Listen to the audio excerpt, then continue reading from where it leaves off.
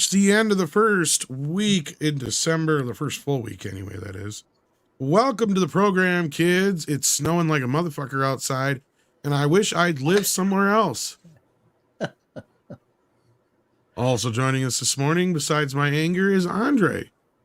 Good morning, everyone, or good afternoon, good evening, everyone that's in my location. That would be in Europe. And here in Oslo, it's not snowing, but it is cold. It's very cold. It's minus 10 centigrade. So if you were to come over here, you'd probably be a bit disappointed with that too. So no, probably would be, though I know from like the movies and stuff like that, it's very beautiful over there. Here, it's just depressing. Well, you're a real. Comes out in 6 months. Well, I woke up in like a fucking foot of fucking snow on my car. Wow! Yikes! Wow! That's always fun, and especially when you have like multiple cars parked in a row, and you're like, well, here's the thing. My car. I'm gonna gamble. That's my car. We have alternate side parking, and I have like the world's narrowest street. So here's my car. It's off the street, and that's what I woke up to. Is that much snow on my car this morning? Yeah. Oh, I'm used to that. That's a Tuesday in Canada. Yeah. But you know what? Some bastard stole my fucking snow scraper. Wow. I'm surprised that the house on the other side wasn't boarded up. I thought that's the kind of neighborhood you live in. I know it is. I got a yippy little dog. Well, someone took your snow scraper, so yeah. I know. I couldn't believe that shit. The first snow we had this year, I went and opened my back door to grab my snow scraper thing, and it wasn't in there. I'm like, somebody had to have stolen it because it was in here before. So someone went through your car. Yeah. What else did they get? Nothing, actually. It didn't take it. It must have been that same morning, and it was probably, I have an idea it was either one of the guys across the street or whatever, and they probably couldn't, they needed to get to work, so they stole my fucking scraper so they could scrape their fucking windshield off, probably. Maybe I even reported it to the cop, and the cop laughed at me. Hey, in California, they can steal $800 worth of shit from a store and not get arrested. No, I think that's just you can. I don't think it's stealing when you're allowed to take it. No, because I went down to the store after I got the car finally cleaned off, and I seen a cop there gassing up. I'm like, hey, why don't you go get this some bitch that stole my fucking scraper? Yeah, we'll be right on she it. laughed. We'll send out an APB. Do you have a description of the person? Yeah, he's a jerk. So tall, slender, white hair. Looks a lot like Culture Casino. How you doing, buddy? I'm good. I'm good. You know, how I see the snow. I drive up to it by opening your eyes. No. I just drive up to it, and in certain climates, there snow's not around. Well, you don't have to worry about it. You just go to it. Gotcha. That's right. Yeah, just listen to us complain about it. Because well, there's two gentlemen here who were born in it, like Bane. And that's the two Canadian boys, Script Doctor and Mr. Paul Chato. How you doing? We're good. Yeah. I always loved going to LA around the fall or the spring, where I would rent a convertible and I'd be driving with my t-shirt, and all the LAers would be in their minks. I'd be that guy. Yeah. It's like, oh my God, like the what's this crazy dude in a t-shirt at 70 degrees Fahrenheit? Is he nuts? Like, it's freezing out here. I'm like, are you fucking kidding me? Here. I'm ready to go swimming, bitch. I had one weekend in early January where I got to go down to LA, because most of the time my business took me in the summer, which was just cruel. But I went down to the beach in swim trunks and just went running along the beach while everybody else on the street is bundled up wearing like casual spring wear. They're all looking at me like I'm nuts. It's like, this is beautiful weather. This is Canada summer right here in first week of January. Thong weather. Almost, yeah. So no, we're doing well. We got a little bit of snow this morning when I walked the dog, but other than that, we're ready for it. We got the snows on. We're okay. There's not going to be any kind of news item on CNN watching Texas cars skidding across eight lanes of highway on a half a centimeter of snow. That always makes me laugh too. Yes. Sadie was interesting. I wish I had gotten video or picture of her because this is the first big snow we've had all year. We had one snow earlier in the year and then it just kind of went away. And that's when the guy stole my I fucking love scraper. it how dogs love snow. It's so fun to watch. Oh, she loves it. Well, she's mixed between a husky and a German Shepherd. So the first thing she steps out the door, she's like excited as hell. So she goes running through the snow. It's like, did you forget to go to the bathroom? Even our bull terrier, which bull terriers are not known for being snow dogs, but Ivy just loves it. So. Oh yeah, she loves to just lay and sit in the snow all day if she could. That's that husky in her, though, I think. Oh yeah, for sure. Yeah, she loves it. But with that, speaking of things that people love or not really love, the CW is something that's lost some money here lately. We're going to talk about that. There's been nothing going on at Warner Brothers, so there's nothing to really talk about there. So we're going to skip all that shit. No, I'm kidding. Of course, we're going to talk about the elephant in the room. Like, this is like 7 elephants right now. But Andre, did I earn it? Are you? What was that? Never mind. No, what'd you say? Nope. Go ahead. Nope, not repeating it.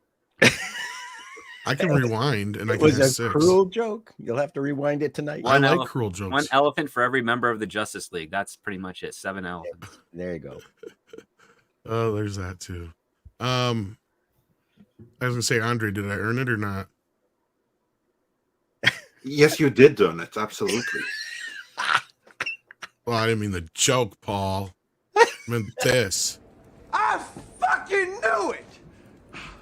Oh!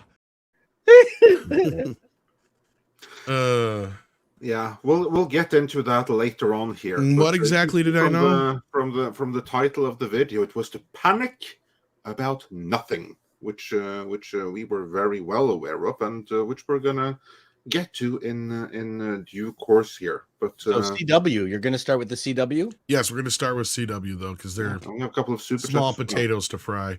Yeah. And you know what, Joshua, I don't care. Paul can make fun of me anytime. We're good friends. I find it a honor that a comedian would make fun of me. So there you go. And yes, what else was there, Andre? Was there anything else besides the Warner business? There was a Twitter dump and there was some other stuff. Yeah. Yeah, we have some other Warner related business as well. Because this was reported by the trades and it was picked up in Bounding into Comics. Script Doctor helpfully posted a link in the private chat here, where they basically reveal something that Script Doctor has been saying for years, namely that the CW never made any money. So, Well, didn't we kind of hear that before too, or something to that effect when they first announced they were selling CW? Is that the show's not making any money? We started hearing it then, but Script has been saying this even before then. So, Script, can't you take us through the story? What's going on here? The CW was never profitable, lost millions to Warner and CBS, despite the apparent success of the Arrowverse. Keyword here being apparent. So, Script, take us through this. What's going on? How could they not make any money on Batwoman? Well, it goes further than that. Apparently, according to the reports here that Bounding has covered, along with some of the other trades, is that they haven't been making money since their merger back in 2006, which is not exactly unsurprising. I've had contracts with CW before. So that's for those that are bad at math, that's 16 years without making any money. Yes. They're essentially a commercial network for the studio partners like Paramount and Warner Brothers. They formed in 2006, and that's when they kind of changed their business model, because prior to that, it was UPN separately, and I believe Star Trek Voyager was their flagship show. And then for Warner Brothers, it was just the WB network, and they had things like Dawson's Creek, and Gilmore Girls, and then Smallville was like their last hit show that was on that. And again, these are hit shows by the metric of what this individual network puts out, not across the board of all the networks and affiliates that do broadcast. And so that was something I found out was kind of very weird. But as I started like doing, proofs of certain scripts and assistant work for various producers that were associated with CW shows way back when, and even doing like PA work on some sets, you learn quite quickly that there's no way they're making money off of this show. The viewership and the advertising model isn't there. So the way that the CW was able to at least keep their heads slightly above water is they would package their shows and through international distribution sell them overvalued to other nations in order to make up any costs, or at least give them some numbers that allowed them to justify continuing to exist. So back in the day, they would take a popular show like Smallville, because everybody was wondering why Smallville went 10 seasons. There's no logical reason. It was basically just constantly being padded out over and over and over again. And what you end up finding is that, well, the international audience really likes Superman, and they like the beautiful people in the show.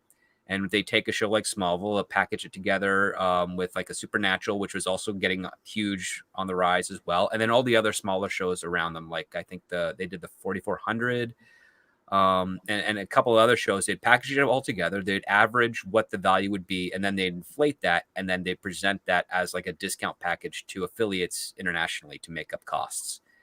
And that's how they operated for their entirety of their existence. So any of the shows that were there, even though some of them had some decently high ratings, like they get 1 to 3 million views on their shows, like The Flash got 3 million for a number of years, that it'd be one singular show would be considered supporting the entire network, essentially, because they would use that show to inflate the value of all the other shows they'd sell internationally to make up any costs. But just recently with the SEC report that was disclosed to the company that purchased the CW, discovered that for every dollar they spent, they were losing $2.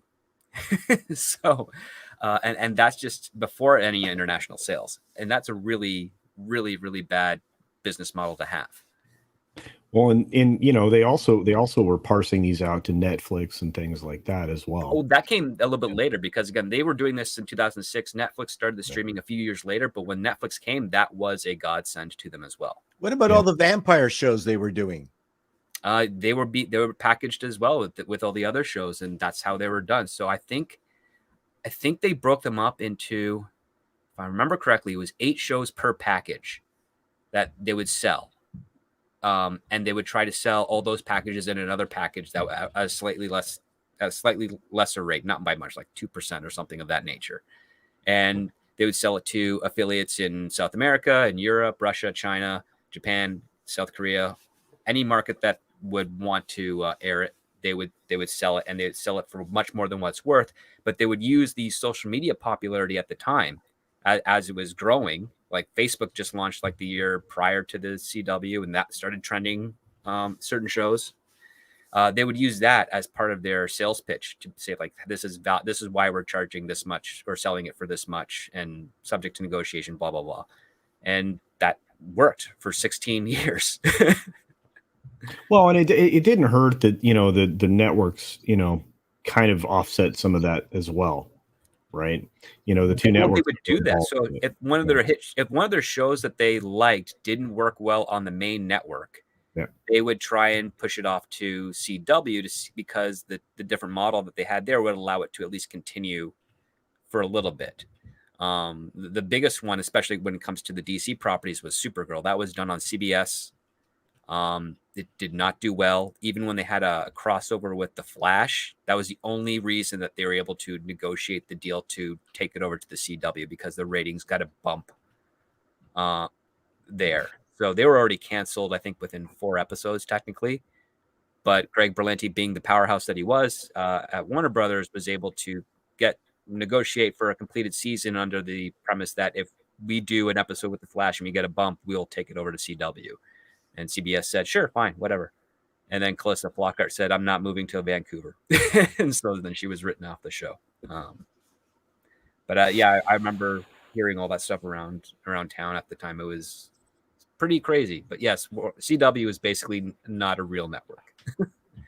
Or at least wouldn't survive without that model compared to other networks in the past.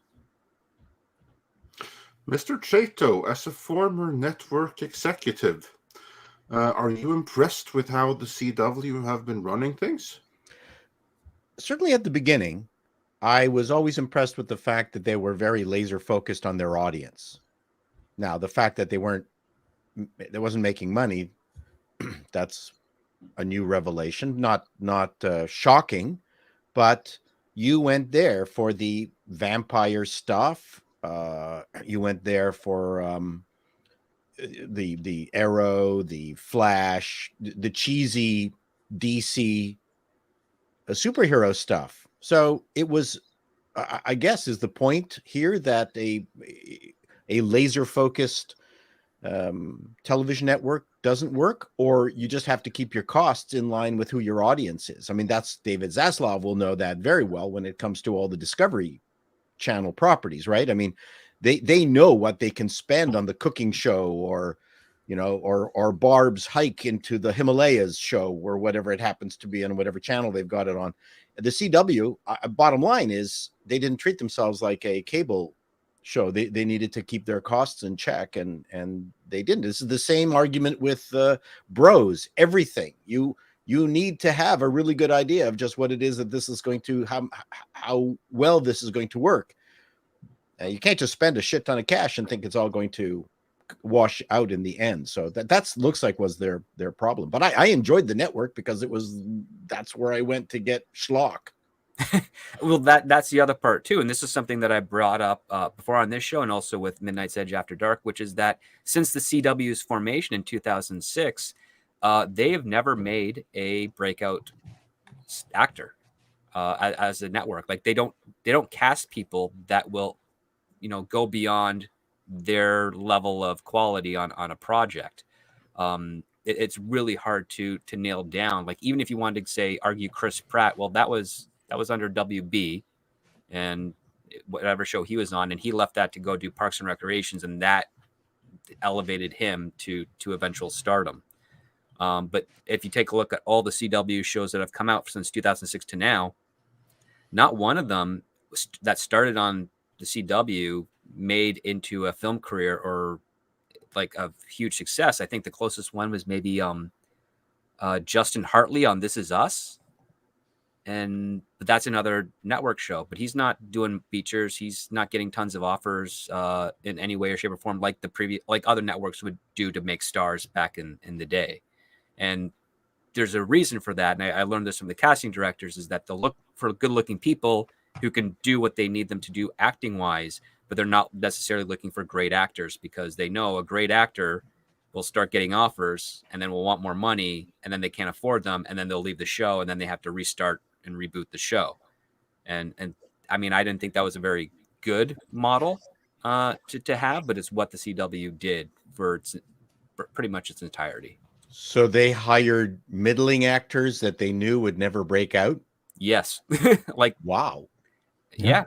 I mean, it's great for those middling actors. They got a paycheck and they're able to support their families. But, I can't name any of them that broke out from the show. And some of the names that they do get are people who are aged out of the certain genres that they were made famous. So they come in as stunt casting and guest stars on their show for a paycheck because they want to work, and and they're smart enough not to refuse a job.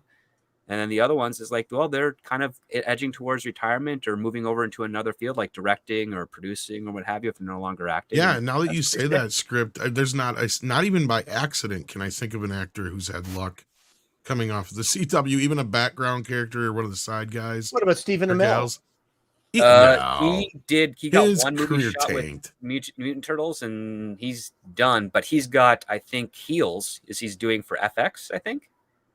Yeah, he'll be able to continue on doing. He was great in Mutant Ninja Turtles. Oh, Paul, we got to talk. Great, I liked him. I thought it was good. Yeah, he was great at playing himself in Teenage Mutant Ninja Turtles. You're right. Yes, but that's But actors have had style of acting. American stars always play themselves. No, not British. British actors act. Well, he's from Canada. Play themselves. Yeah, that's the other problem. But no, you're right. They've actually had more luck getting into sex cults than they have in movies. Oh my! Oh boy! Listen, all I can say is that the fan fest that we attended, his table was very well lined up. Oh yeah, he's got fans. Same with Jensen Ackles. That guy's got tons of fans. But again, they're not elevated beyond that level of. And this is the reason why every time somebody goes, why don't they just make Grant Gustin, or however you say his name, Gustin or Grant whatever. Gustin. Yeah, Grant why don't you Gustin. just make him Flash? Well, besides the fact that he's probably way too old now, he He's like doesn't mid-30s. have the fan base really. And I mean, yeah, people are fans of him, but on the level of a theatrical release, no. Mm-mm. And Doesn't he'd have- never be able to carry a franchise. He's recognizable, but doesn't have the royal jelly. Yeah. Keanu, for all his mumbling, always filled the screen. There's just something about someone who can fill a screen. It's a magical thing that you can't really put your finger on. Like Yeah, and if you do, it basically sometimes the gets factor. broke. Yes, watch where you put your finger. So yeah, I don't know if Culture, did you have anything to say to this disaster that was CW? No, I think I did a video on it last week or so. You know, and it's just unsurprising. We knew this was an unsustainable model. It was being artificially supported. It was obviously driven by, as Script described, alternate funding mechanisms through selling it to somebody else. But aside from that, I mean, you know, all these shows have nowhere to go now. I mean, this is as the CW wraps up with Nexstar. This is the final season of Flash and all this other stuff. They are going a completely other direction with the new version of the CW. Even they have their Walker Texas Ranger reboots and their Supernatural prequel. Those are all subject to not exist in the next year or two. Yeah, And I do believe that Warner Brothers and CBS will retain 15% or less of the company after the sale to a degree, if I'm not mistaken. Yeah, they have exactly 12.5% each, and there's a forced purchase date in either 2024 or 2025. I'd have to look up my story again, but and that's the point at which they both will be out. Now they can actually take, as of next year, Nexstar can take full ownership on a buyout, but there's a forced buyout target. Do you have any idea of what kind of programming they're planning for? They're leaning heavily more into the unscripted. They're going to start. They have some of their own shows. So they have their own stuff. Yeah, and they're gonna do a little purchase here and there. They also are gonna start running news and stuff using their own news entities that they are building up and so on and so Is forth. this going to be called the CW? For the time being, for a little bit, probably. Yeah. They'll probably change it over to like Nexstar or something like yeah, that. it'll be something different. They already but have a shit ton of networks, right? Culture, they were already like they were building up quite. I mean, Yeah. they had just kind of really invested in their news entity that they are creating. So you're starting to see them really kind of drive to become an actual network, actually take CW and just kind of turn it into a thing rather than because I mean normally originally they just owned a bunch of affiliates, so they were just programming producers primarily. No, it's funny you said that this stuff doesn't have anywhere to land now or whatever. Because yeah, they could technically keep it going for HBO Max, but I don't think there's any money in that. Because I'm reminded now as we were sitting here talking, Andre, do you remember? I mean, some of you guys might have been around then. This is going back a couple of years now, where we had heard that basically the only reason that the CW shows make money is because of Netflix, the Netflix deal they had. Yeah, basically, it's like all the sales. Like they were huge loss leaders when it came to like commercial revenue directly. It was sales and nothing but the sales that made the whole shebang. Because they even had a special deal before Even HBO partially Max started. sustainable. Yeah, where the next day they would go up on Netflix, and Netflix paid them a pretty penny, and that's when we had heard that they were basically footing the bill for all these CW That shows. combined with the rest of foreign sales, because you had like some of those things that while they weren't profitable for them necessarily, some of that stuff must have been profitable for someone somewhere along the line there. Because like Vampire Diaries, like Chato pointed out, all that stuff, it had its viewers. It did, and I think they used that as leverage for lines of credit to produce further seasons. Like that's the other part too, just shifting money around and shifting losses and profits around to maintain production ongoing. Especially when a show has literally run out of steam and ideas, which many of these CW shows do within the first 3 years. Pretty much, yeah. And the CW shows had fairly large casts. I could never understand that part of the equation.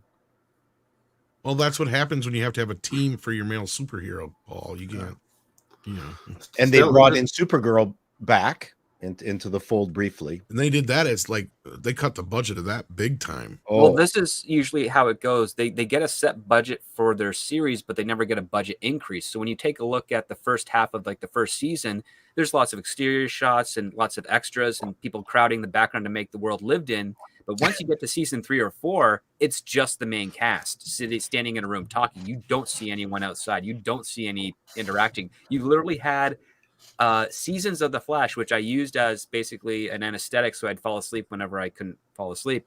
And the Flash would be running down Central City and he'd be going at super speed, but there's nobody on the road, no cars, no people, nothing. It's a dead city.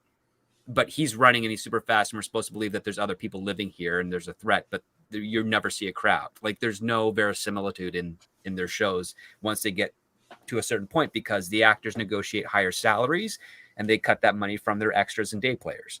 And they rely so heavily on their standing sets, which is a good thing to do for a show because you want to get the most money out of building such an elaborate set. But when 99% of the episode is there and they try to not call it a bottle show when it is, you're kind of robbing people of the fact that, oh, you're dealing with a character with supernatural powers, yet he's not doing any supernatural powers other than complaining, we have to stop this person for 42 minutes. It's like, that's pretty bad. That means that you're not budgeting your episodes properly. You're not, and also like the whole team model. And I mean team, like TEAM, not TEEN. The team model where the superhero doesn't do things on their own. They have to have a support group in order to achieve victory. That takes away from it as well, because you could never have a budget. I mean, you literally can't have a budget like Quantum Leap back in the day, where your main cast was just 2 actors, Dean Stockwell and I can't believe I'm blanking on it, Scott Bakula. That show had a very conservative budget for what it was doing. It would reuse other people's sets before they were torn down. Have fun with it. The current Quantum Leap has a cast of like 6 regulars.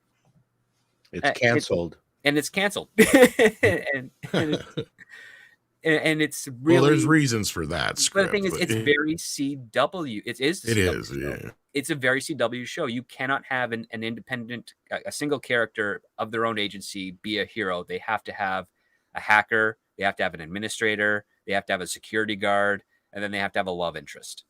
It's ridiculous that they have to have all these people, but they do that so that they can chew up time in the episode and make their day and make their seasons. Yeah. And Mexican Iron Man wants to take a moment to thank Jennifer Lawrence for creating Mexicans. There you go. That's very noble of him. In addition to the CW and everything else, and DC Comics. Oh, and I'm sure she had a lot to do with that. Man, she got slammed. Well, I've never seen anyone jumped on as badly. Variety's running a sequence of these ridiculous things, these women power garbage. This is the third time that these trades have done it this year. Well, Lord knows in a week or two we're going to hear that Taylor Swift was the first woman to ever direct anything. Well, it's also funny, did I not get away from this woman? Chris Moore got for his Bring Men Back to the MCU. Make Marvel male again. I think he got ratioed, actually, unless it was a... Not anymore, I don't think. I think he's got like almost 5,000 likes compared to... Okay. Because like the media started covering it. Like he got some legit press coverage. Yeah, and some other guys did some videos and stuff about it. And also the Mary Sue did yeah. That was just dumb. So good going, Chris. We have to talk about that come Monday. Oh man, people come Monday. Way too seriously. But I wasn't kidding. I mean, Variety right now, they have Michelle Yeoh and Kate Blanchett women do everything better than men or some shit in today's variety. I was like, oh, Well, it's my funny. One of our main topics has kind of disappeared from the variety page, so we'll get to that. Let's grab some of these. Well, no, first let's continue with the Jennifer Lawrence story now that we started talking about it. Oh, do you want to talk about that now? Mm, Oh, well, Lord. she is the first woman to ever be an action hero, isn't she? Well, then she should have been the first topic, Andre. I mean, No, everyone's covered it. Let's have some fun. Move on. we can come back to it as well in the course. I'm sure it'll come up in super chats too. It is. Speaking of, let's The get some of chat's on- those. The chat's like all Jennifer Lawrence. Yeah. Hyperguyver 2 sent in $2. Thank you so much. It says, but my snotiverse. There you go. Well, what did I tell you guys? I was trying to be nice about it for so long. Like, that was the one thing I knew for sure. Was like, that thing is done. There is no going back. That train is Has long left past the the station. Yes. Like, it's, gone. Thank you, Hyperguyver, again, though, for sending in 5 and says, it was a great to finally see the two of my favorite channels, Midnight's Edge and Norse Magic and Beliefs, finally collaborate. It was long overdue. Yeah. Yes, I'm a little indeed. upset about this. Not only are the Canadians multiplying, fucking Nordic people are not multiplying. I'm going to be outnumbered before I know it here on the Yeah. And also on that note, because apparently, I don't know why, maybe there were too many Norwegians, but the algorithm certainly did not take kindly to that video. So if you haven't seen it already, then after the stream, go and check out the video that we put out yesterday, where we go through Netflix Troll and do a mini review on it. But then we take a deep dive into the mythology and folklore behind it. And when I say deep dive, I mean the deepest dive you are going to find anywhere, certainly on YouTube, because we teamed up with YouTube channel Norse Magic and Beliefs, and Thor, who runs that, he just so happens to be a certified expert in pre-Christian mythology, folklore, and society in the Nordics. So he obviously knows everything there is about that. So do check out that video. Taryn used Jennifer Lawrence as her own mother. Well, I just say that your Nordic troll thing was filled with more historical accuracy than Hancock's Netflix series. You're probably not wrong. Yeah, you're not wrong about that. You are not wrong about that, But, because this is one thing that I really admire about Thor. Whenever he does his videos, he always sources and references. Mhm. And He I love always the goes into pronunciations were detail great. about, like, these are the sources. We can say this because here, and this is how we know. We don't know this because this and that, but this we know. So yeah, that's one thing that I admire him for. There's no speculation. Everything he says, whether it be on Norse mythology, the religious practices, it's all sourced. So yeah, take it to the bank. And I got to tell you, Andre, if I ever get to visit you over there, you're going to have to bail me out because there's no way I'm not waking up a troll. Oh, boy. Yeah, well, you can come to Dovrefjell and start drilling there. I'll wake them some bitches up. Yeah. Like, and it's against the law. That's that's what I learned from that video yesterday, is that it is against the law to wake up a troll. Yep. You will get fucked up. And if you go check out his channel, you'll find other hilarious things which are against the law as well. And some of those things may still be part of the Norwegian law because they haven't been removed. Well, they should have come up with the rat patrol.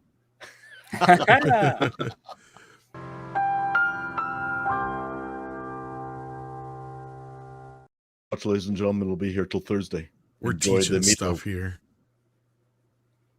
Let's get into some more super chats. What do you say? We've got Callum Lyle next, who says, I don't want them to retcon or recast Diana as cliche because that movie is important to me and you can't replicate the No Man's Land scene. Well, there's a point, but I don't think she's going to replicate anything. Yeah, I don't think she's going to get replaced, but we're going to get into that. Callum Lyle says, and I like the fact that she's Zeus's daughter, and the message of the movie, you can't be what you choose to be and believe even with all the flaws. Well, I'm glad you enjoyed the first film. I thought she should have been the daughter of the guy she killed, not Zeus's daughter, but yeah. She's more often than not, she's usually the daughter of Hades. Yeah, and that's where I think if she was the god of war's daughter, it would have made a lot more sense in the whole grand scheme of things. Psychotic says, if boogers were chocolate, my fingernails would have permanent candy coating. I may be picky eater, but at least mine are chewy. That is disgusting. Thanks for sharing. Now we know why your name is Psychotic. That's right. Sciatica. Yeah. Waltman 4 says, so Twitter Files Part 2 confirmed that shadow bans were there. Yeah, they were called, what was it called? Visibility. I forgot the word they used for the actual term. But yeah, it also confirms that the admin UI was leaked during the 2022 hacker Twitter hacks. Thoughts? Culture, looks like you want to say something. Yes, let's go through this because we already covered the Twitter Files Part 1. And now, yesterday, we had a huge dump of Twitter Files Part 2 from Barry Weiss. Now, Culture, can you take us through the highlights? Because it looks like you were itching to say something there. Well, no, the only thing I wanted to add to what was on the screen there is that UI leaked way before that. I mean, it had leaked twice. 2020 was the second time that the UI had been released that actually showed that you could be deboosted, shadow banned. You could be blocked from trending. Blocked from even searches, actually. Yeah, search blocks. You could be. They identified if you had more than one account. They identified all this stuff, and it essentially just kind of broke it down. They even had a special area where they made notes on certain accounts, including libs of TikTok. That said, talk to SIPPES or what everybody kept calling sepsis last night. Thought that was fun.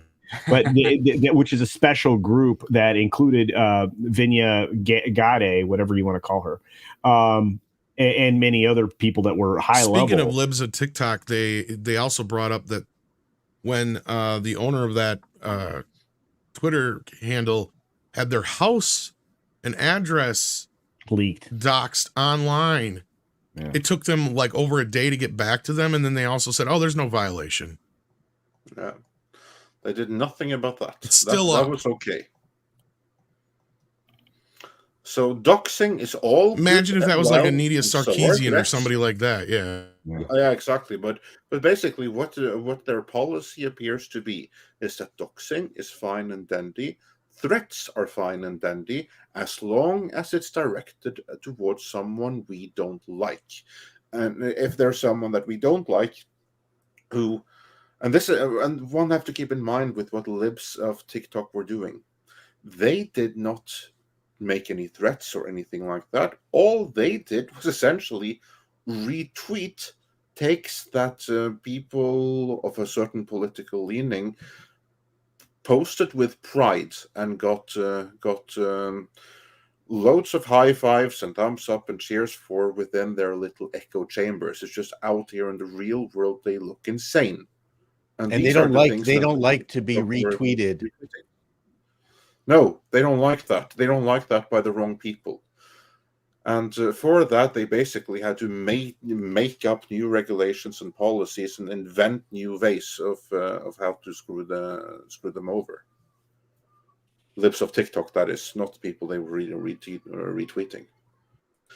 So it's quite stunning to see just what they were doing editorially there. And brave.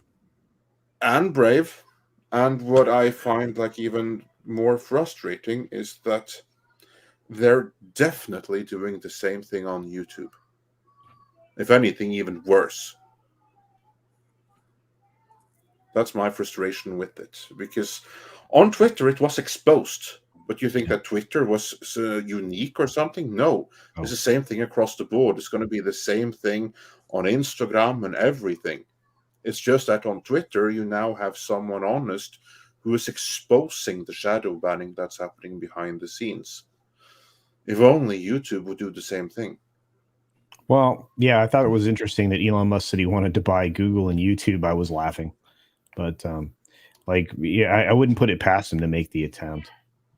But I mean, that would be something to reveal all that's happening in the background. And we already know that, you know, there's tools that are provided to the government to, you know, circumvent people's free speech. It's just even more, you know, in the spotlight right now. And I have a feeling that this is going to go on and on and on. You know, stuff we already thought we knew, but we definitely are having confirmed, because that's all this stuff is.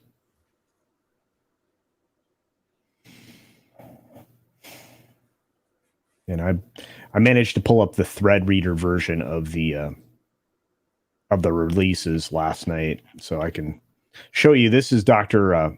Bhattacharya.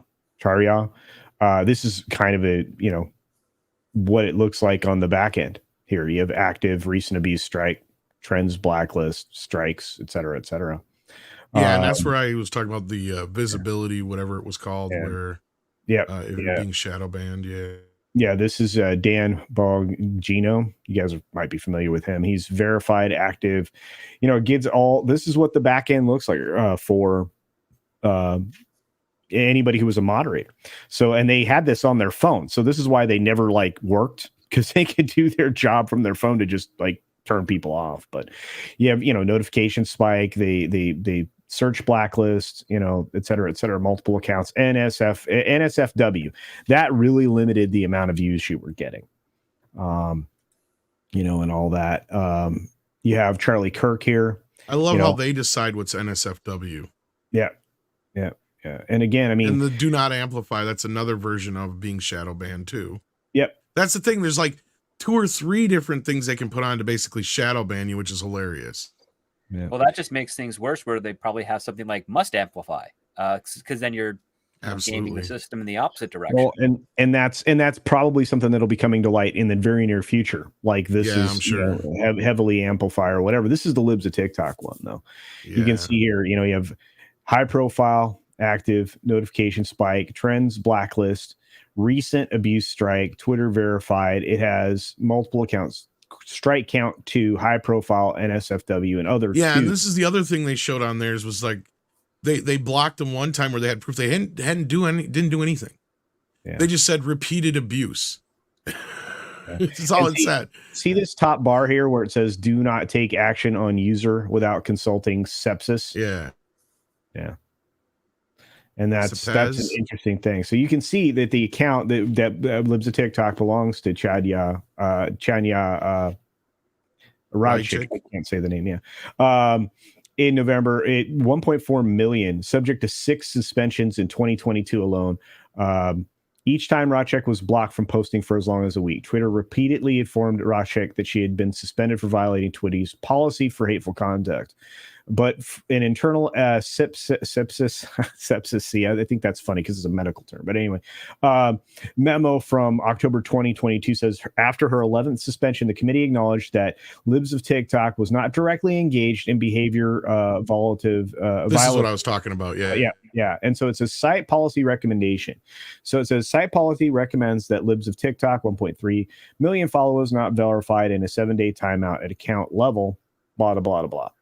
And this is what it says with the assessment. Since its most recent timeout, while Libs of TikTok was not directly engaged in behavior violative of hateful conduct policy, the user has continued targeting individuals, allies, and supporters of the LGBTQIA plus community.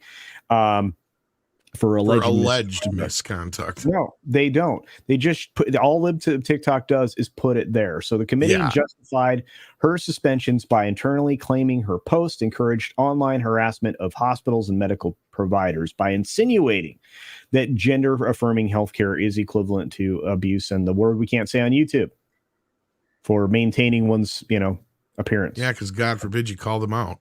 Yeah. Well. So anyway, so this is all of that, including her being doxxed, et cetera, et cetera. But I found this fascinating. If you can go and find this Twitter unroll on Thread Reader app if you want. And it's just insane. The internal Slack messages, Twitter employees spoke using technicalities to restrict visibility of tweets and subject. Here's Joel Roth, Twitter's head of global trust and safety, in a direct message to a colleague early in 2021. A lot of times SIs used technicality spam enforcements as a way to solve a problem created by safety under enforcing their policies, which again isn't a problem per se, but it keeps us from addressing the root cause of the issue, which is that our safety policies need some attention. 6 days later in a DM, with an employee on health and misinformation, privacy, and identity research team, Roth requested more research to support expanding non-removal policy interventions like disabling engagements and de-amplification visibility filtering. So you can see here That's that the one I was talking about, visibility filtering. Thank you. Yeah. And so it like I said, I mean, these people were actively trying to do everything they could, so you only saw what they wanted you to see. That's what they've been doing for a very long period of time, and it's exposed in plain sight for everybody to see. So here's the interesting thing. We got Jack on board. I'm reading the second part of this DM. We got Jack on board with implementing this for civic integrity in the near term, but we're going to need to make a more robust case to get this into our repertoire of policy remediations, especially for other policy domains. So I'd love to research POV on that, point of view on that. So that's absolutely insane. The fact that they got Jack on board, right? So Jack said he didn't know any of this stuff was happening, and he went to Congress and like testified. And here we are, let's see, this was another thing from 2021, from when this original thing came out. So he was testifying in front of Congress saying that they didn't have any of this stuff in place. None of these things happened, blah, blah, blah, blah. I find it fascinating. By the way, Barry Weiss launched a new service called the Free Press, TFP, the Free Press Initiative. It's a brand new news organization that's being founded. So just FYI. So these are you're going to be able to find this. So we're just getting started on reporting. Documents cannot tell the whole story here. A big thank you to everyone who's spoken, yada yada. But that's the end of the unroll. So you can go and read this whole thing for yourself, all 20 of them, from Barry Weiss, and her and Matt Taibbi have done a really good job here. I imagine this will be far more expansive. Anyway, so I didn't mean to take that over. I just thought it was interesting. So. There you go. I think we've covered that as well as we could. Sorry, I apologize. No, you're fine. ActionCom says, do you think that the next Academy Awards will artificially create conflict to top the Will Smith slap? If they go down that road, where will it lead? Will the Oscar prestige be done for? No, actually, I hope it goes farther. In fact, I hope we got to see all nominees fight for the Oscar in the future. It'll be a WrestleMania. Exactly. Yeah, I think a little WWE cage match. Couldn't hurt the ratings. I think it would help. We got Dr. Put it into the octagon. That would be hilarious. There you go. Now you're talking. 2 actors enter, 1 actor leaves. That's right. What was that? Act their way out of this. Song and words and music, where the washed up.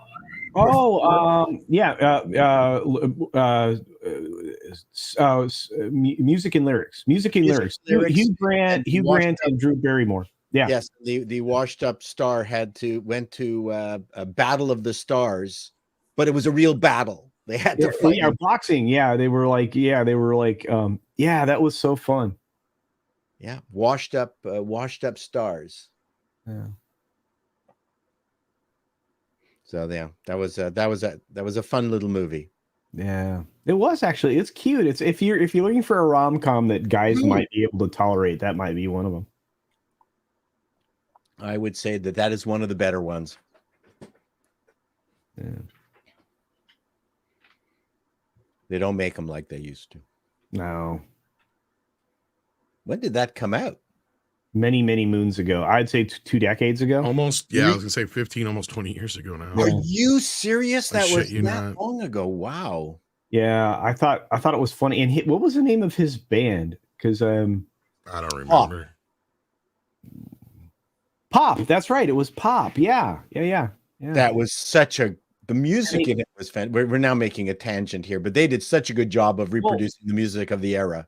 And not only that, they reproduced the show, like the pop-up video type of format, or the Where Are They Now kind of things. Oh, it was so good. It kind of combined. It was one of the guys from Duran Duran that wrote the music, or one of those bands. I think so. Now that you mention it. I want to say, are you sure? Because I thought it was Tears for Fears, one of the guys from Tears for Fears. It was but I of that could- era. I'm just saying it was Yeah. like a legit. I can't remember either. It Yeah. was a legit Mhm. member of some band that did that kind of music that did it. And I thought, wow, see that's where the verisimilitude of the Milano. Similitude. Yes, that's where it really works quite well. Although Hugh's singing was terrible at the end. That should have been dubbed, but that's another discussion. What's that Dr. song? Long Dongler sent us a super sticker. I can't see what it is because I came in here late, so I didn't see what it was. That's But like thank too you much so much. snow in your Probably a thumbs glasses. up. Way back into love. That was the name of the song in that. Trying to find a way You're back. talking into about a love. movie that pretty much flopped. You guys, you realize that? Did right? it? Yeah. Really? It Man, wouldn't that was surprise fun. Sorry, why do we like the movies that all flop? Edge of Tomorrow. I just remember because it came out when I had a video store. Edge of Tomorrow was competing with like 3 other things in the box office. That's why it didn't do well. One of my Camelbot favorite Killer movies. is here, but he's still at work and he'll watch later. Well, here you go. Hello on the playback. And he says, hello, Midnight's Edge and panel. Thank you for that. Action Com says, best Married with Children Christmas episode, the Skydiver one, the Sam Kinison one, or the one where Al dresses up as Santa Claus. Oh, I always like the Kinison one. Skydiver. Skydiver one's really good though. Yeah. Just for the hilarious subversion of Where's Santa? Oh, it's right there. Music and lyrics made $150 million. Okay, it did better than I thought. Maybe I was didn't thinking of flop. another one. Maybe I was thinking of that karaoke one. Maybe. That wasn't a flop. That was Yeah. that was a Thinking of huge the hit. Hugh Grant one where him and Yeah. Drew Barrymore were. yeah, that's what we were just talking about Yeah, for that's 5 a minutes. fine film. Yeah, it's Oh, what I was thinking of the other one then. Never mind. Yeah, it's one of the few times where Hugh Grant plays an underdog and you realize, oh wow, he can actually act. Yeah, he does. He does a great I job. was thinking in of it. that stupid karaoke one with Huey Lewis and It's okay. I- See, so we should never trust your pronouncements. We need to fact check you. For- you guys fact check me all the time. Four Weddings and a Funeral was still, I think, Hugh's best role. Oh, that That's was- just me. Yeah, very, very funny. I movie. thought his best role was that with that transvestite hooker, but Whoa, hey now. Ow! Oh, that's right. Yeah. Wow. Now I feel like Andre's I rolling think his that eyes. might have been Eddie Murphy. no, it was Hugh Grant too. I like the. With or Hugh actually, Grant, no, that you're right. just That was the as good. transvestite part. You're correct. Yes, No, thank you. I think He still got caught with a It was hooker with though, Hugh Grant. Yeah, that he did. But the transvestite, that because he was could have all been like, Eddie "I'm a Murphy. very naughty boy," and everybody forgave him. It was like, what? That's how He did- Jay Leno got his acclaim on the Tonight Show. He interviewed Hugh Grant on that subject, I think. You know what? That's And he right, handled it yeah. really well. That was Yeah, he did. He ER did all right. 101. Mhm. How I didn't know it was Carrot Top. The wheels on the bus bulldoze J.J. Abrams' career says, so Wonder Woman 3 should be Wonder Woman 2 and pretend 84 didn't happen. Well, you know what? Let's put a pin in the super chats for now right there and get into this business, because Andre, the internet has erupted over the last 2 days over this business. And as I kept trying to tell people, don't panic, stay calm. Nobody knows nothing. Like, we have a big rumor that just came out, and of this rumor, there's only one thing that really sounds plausible here, and as it turned out from a tweet, that's probably the case. But let's take everybody back here to the beginning, Andre. What's going on here?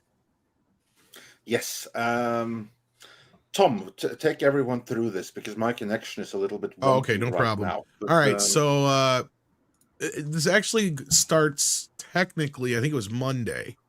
News had come out that there was a test screening for Aquaman 2 over the weekend. And in said test screening, everybody was panicking because Ben Affleck's scene wasn't in the movie. Now I say scene because as far as I understand, it was one scene, an end credits scene with that it was originally showing Michael Keaton, but also this started a whole thing of like, oh, is Ben Affleck done? Are they not going to put that cameo in the movie? What's going on here? Then over the course of the next day or so, The Rock had put out a tweet claiming that Black Adam was looking to clear somewhere between 50 and 70 million. and then he backed it up with an article supposedly from I think it was THR or Deadline, one of the two. And then I think it was After the Rocks. Then Gal Gadot put out a tweet and Instagram post thanking all her fans and saying that she was excited for the next chapter in Wonder Woman's story. So there was that, and people took that a little strangely too. And then all of a sudden, this news drops in Hollywood Reporter and I think Variety simultaneously that Wonder Woman 3 was not moving forward at DC Studios, and that Patty Jenkins had supposedly left. So they jumped from that to this idea that everything is being canceled, everybody's being recast, it's starting from scratch, which Script Doctor will point out that's not abnormal when a new regime takes over. So I could see where some people could jump to that conclusion, but I kept telling people, don't panic, don't freak out. Nobody knows nothing but James Gunn right now. And James Gunn and Peter Safran still have to present their 10-year plan to Zaslav, and he has to sign off on it yet. So there's a lot of what ifs in this scenario. Yep. And then the next morning, which would have been yesterday morning, I believe it was, James Gunn posted a tweet. Let me see if I can grab that actual tweet here. It was a short, brief Twitter thread, and it was actually a little Twitter thread, really well worded, very polite. Yeah, if you want to just paraphrase it, go ahead. He basically said some of this is true, some of this is false, and some of this we haven't even made a decision on yet. He basically said we're going to do our best to honor the story of these characters. You're not everybody's going to be pleased, but we're coming from a place of love and admiration. Essentially, that's what he was saying. And he said the only thing I wish I didn't have to tell you is that you'll have to wait before we can actually make some announcements. Yeah, that's the Cliff Notes version of it. Yeah, and Valiant made a great point that next month is the quarterly meeting or whatever, so that'll be a time when Zaslav will want to be able to present or at least say a few things that they've got on the horizon to pique some interest. So as I've said, December was when the plan was supposed to come in. We'll start probably seeing either some trickling of some news or they'll make a grand announcement. We'll have to wait and find out. But until then, we won't know nothing. But one thing we do know now, or at least somewhat, is the going on and what happened behind the scenes with the whole Wonder Woman mess. Because before we get into any of the other stuff, let's cover the Wonder Woman part first, because that was the thing, is everybody's like, is Gal Gadot done? Are they recasting Wonder Woman? What is going on here? So late last night, or well, I guess late afternoon, I guess you would say, while we were still live, this dropped. Warner Brothers didn't cancel Wonder Woman. Patty Jenkins walked off the project, which is funny because that was what I said probably happened originally. If you guys remember when we first heard the news, I was like, I wonder if she just walked, because they're like, we're not doing your shit. But let's get into this. This comes from Humberto Gonzalez. It says, in exchange with the studio chief Mike DeLuca, the Wonder Woman 84 filmmakers sent him a dictionary definition of character arc. Now be prepared if you're easily triggered, because this is about to paint a picture of Patty Jenkins as quite the Karen. She should be Karen Jenkins. So here we go. Hollywood was stunned by the news this week that Warner Brothers Discovery would not move forward with Wonder Woman 3, but in fact, it was Patty Jenkins, who directed the first two films in the superhero series, who walked off the project after rejecting studio notes on her treatment. Multiple individuals told the Wrap.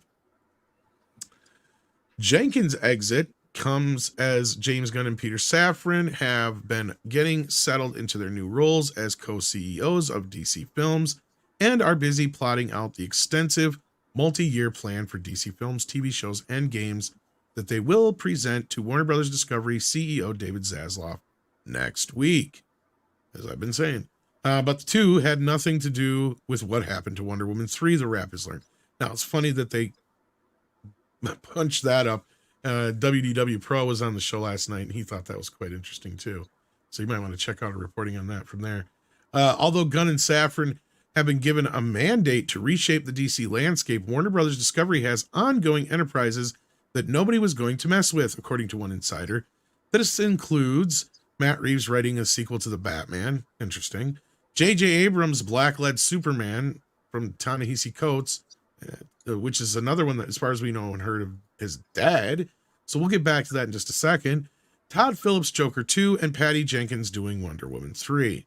Now, the reason I said let's get back to that in a second is because this is something I've noticed, and I don't know if you want to comment on this at all, Andre, where we've said, like, I don't know, where I flat out said, where I don't know where some of these people are getting some of this shit, because nobody knows nothing yet.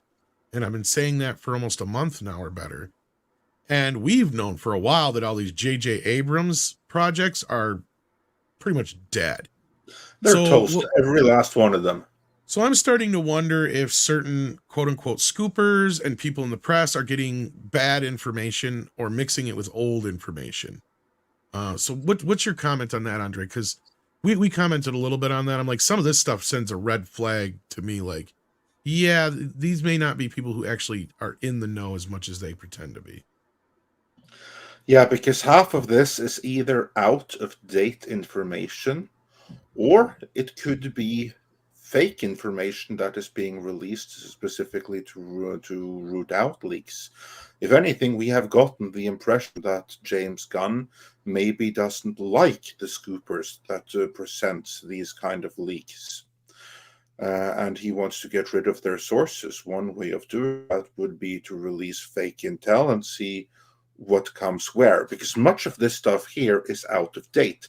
And these are projects that we have heard very exclusively through multiple sources are dead in the water. Case in point, like all of J.J. Abrams' projects are wiped out now. So why would they suddenly bring these ones back up? After Zaslav has said that we need to get Superman right. Why are they talking about Ta-Nehisi Coates' Superman project that was only going to destroy the property? Why are they still talking about these disasters from the previous management? Like, that's weird, because they're not happening. Because the only one in that list that I know of that Zaslav had any interest in was Joker 2. And as far as the Batman, that's up in the air yet. We've heard various things about it.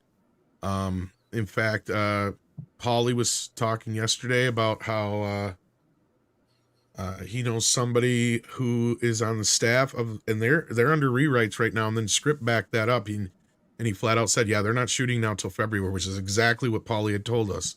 And I don't think Paulie I don't think script had even listened to us on Mr. H. So you guys said that on, okay. No, I didn't. That's what I was saying. So I don't think you heard it. So you were just saying it. And I'm like, oh, well, that's interesting, because that's exactly what fucking Paulie said. So yeah, then we have it from, and that was all per Zaslav, he said. Yeah. Which, what have I been saying about the Penguin? That is going to predicate how they go forward with the Batman 2. And if it sounds like they're pulling Matt Reeves away from it, or they've got a completely different visionary in there, where's Matt Reeves? What's he doing?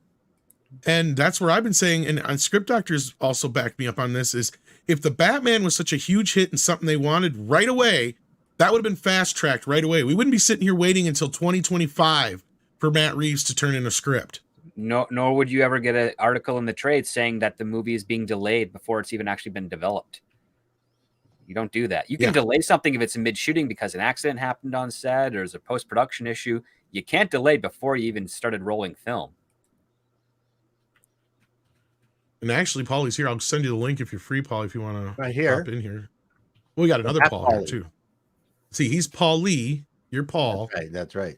And then Pablo is on Pablo. Because we got so many Pauls around here now. God damn those Pauls. They're multiplying. It's appalling.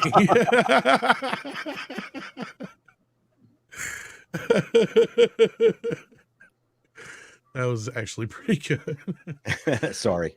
No. All right. Once in a while, punny jokes will get. Yeah, puns can be good sometimes. So yeah, so like the first thing I was saying, right, as soon as this news came out, and I'm sure a lot of other people were, so I'm not going to try and pretend like I'm the only one. I'm like, all I can see here is that Patty Jenkins took a fucking walk. That's all I see here. I don't know why people are jumping to this grand conclusion that Wonder Woman 3 is never going to happen, that Gal Gadot is not Wonder Woman anymore. Well, I can tell you because I think the general entertainment press out there don't want Gunn to succeed on behalf of Zaslav. There you go. That's a good point. Thank you for bringing that up, Paul, because that brings me right to my point. Because I was telling a lot of people, even some people that we talk to about these things and run some of this information too, they were kind of freaking out.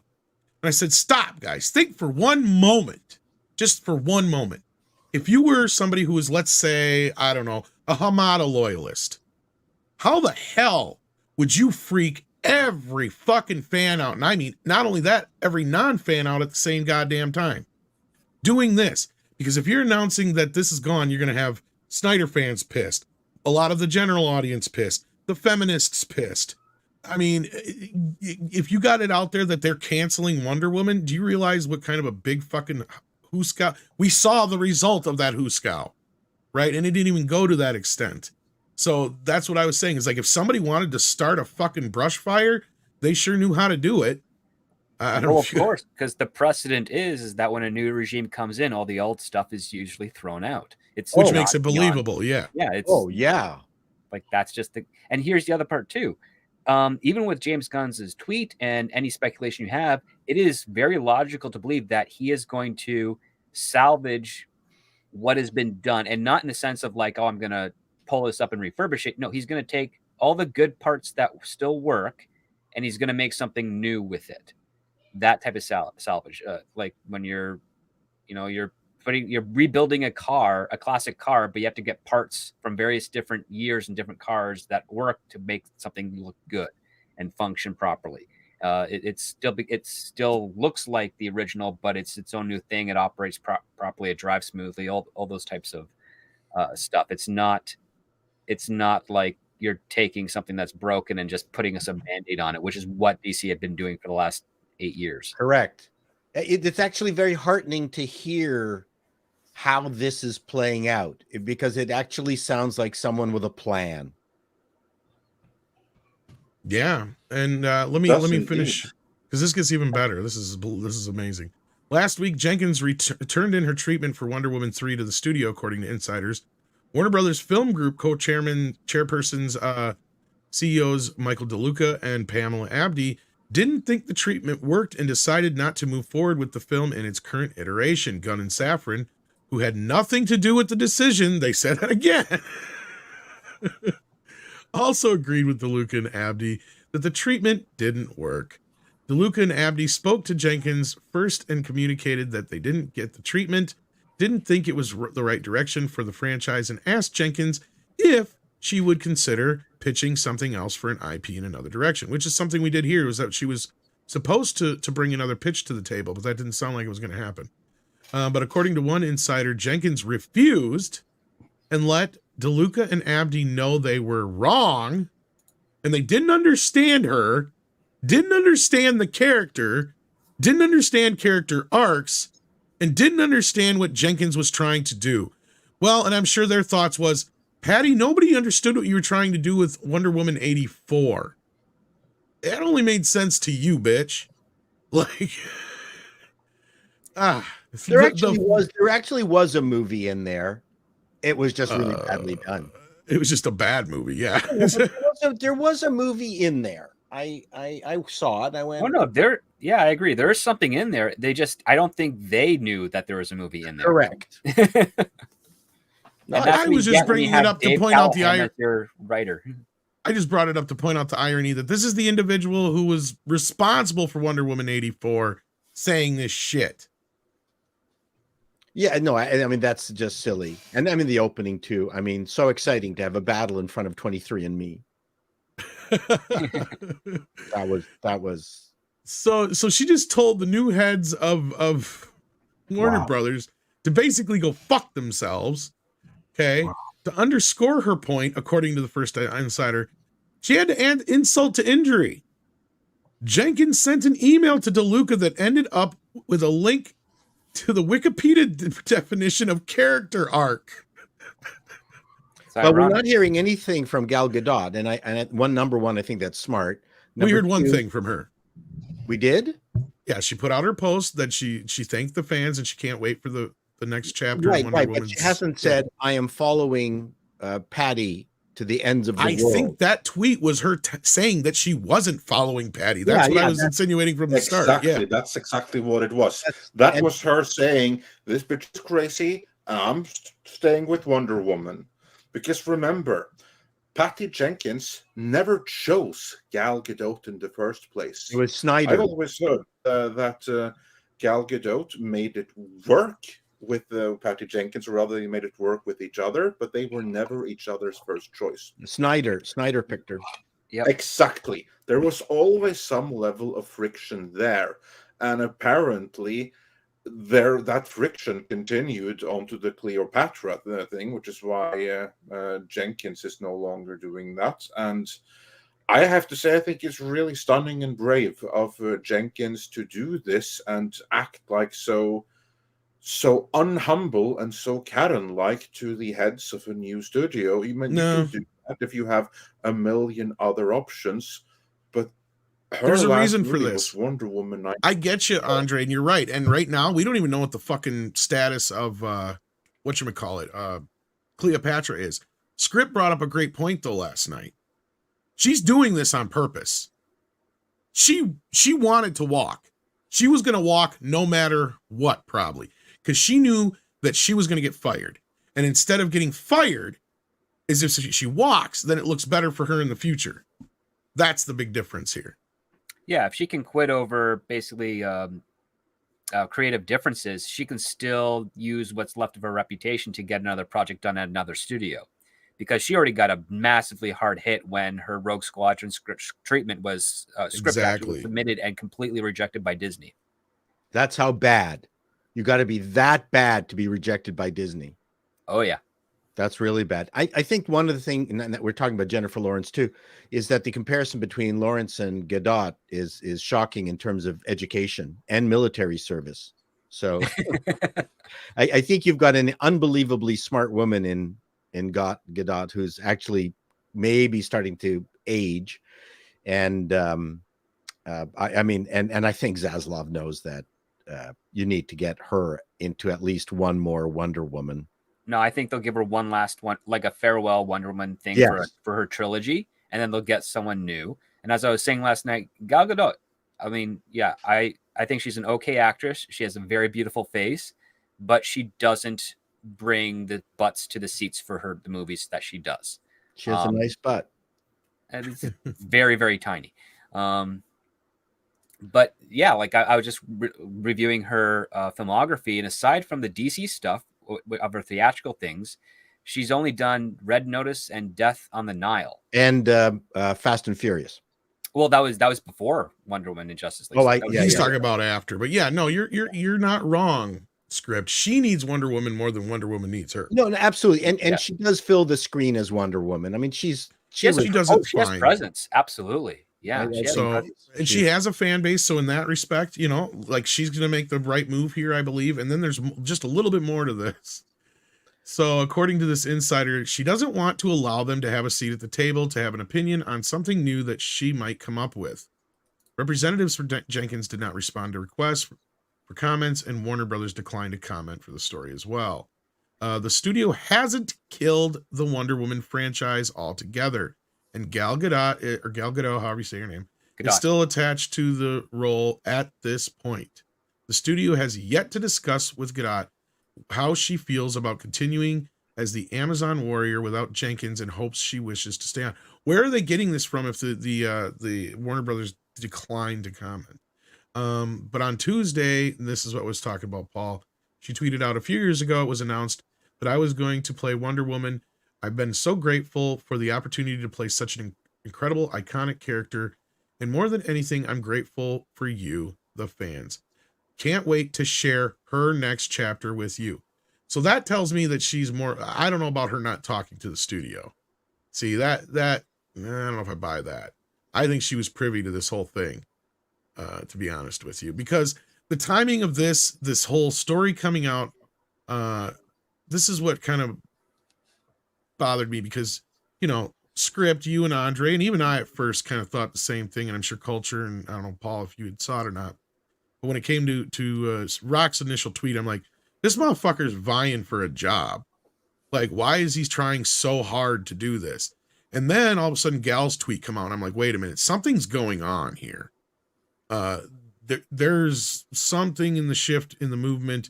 And I think what's going on, and this is something we learned from that THR article, I believe, that I had up before, and that is that Safran has been in contact with a lot of people involved with DC over the last few months, probably checking in on certain things, probably gauging certain things for James, I would assume, and I'm just speculating here, on things, of, are you interested? Would you like to do this? Are you not interested anymore? We're not interested in you, but whatever.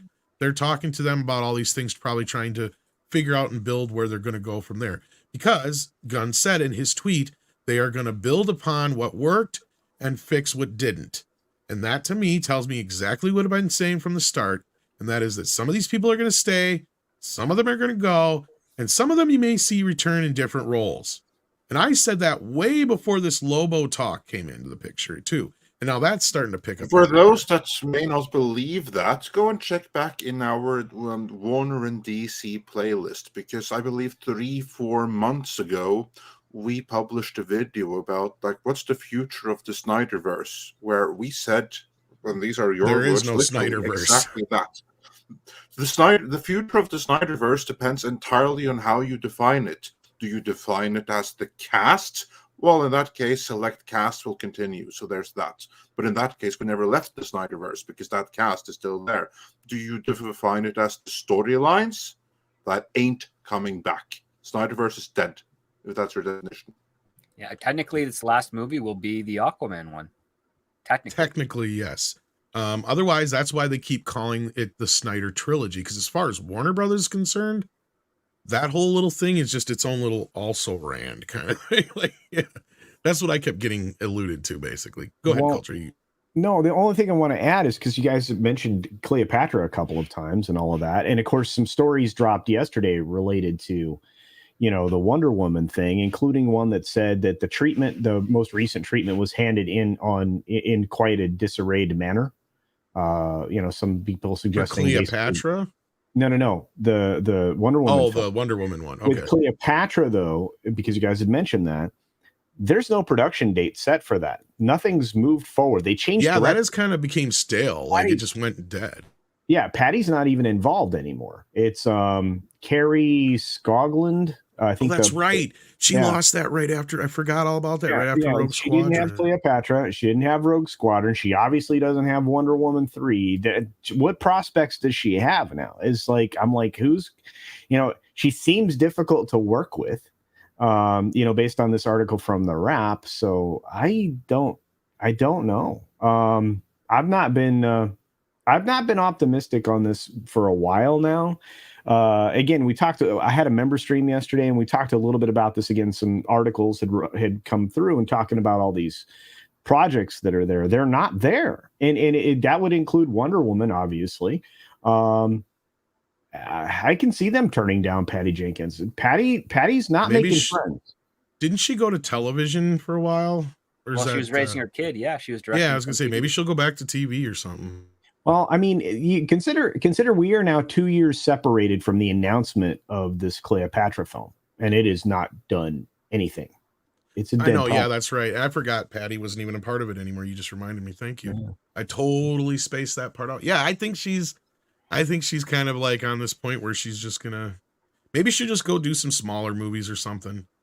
I imagine this whole Wonder Woman thing has been nothing but a nightmare for her. Because I'm not trying to stick up for her in any way either, and I don't feel sorry for her in the least. But you got to remember, the first movie was kind of hijacked from her.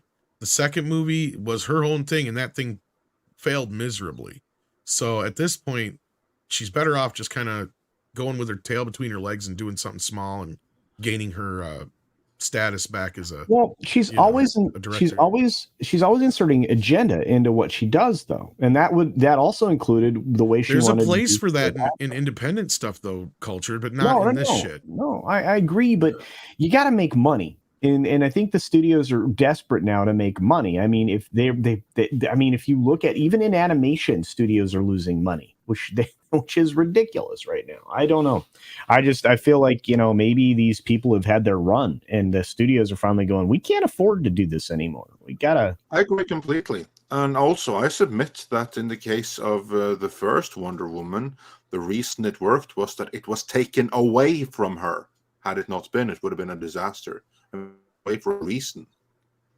Yeah, you're probably right, Andre. She's just not But she that still great got credit for storyteller. it, which is And she's standard in her practice.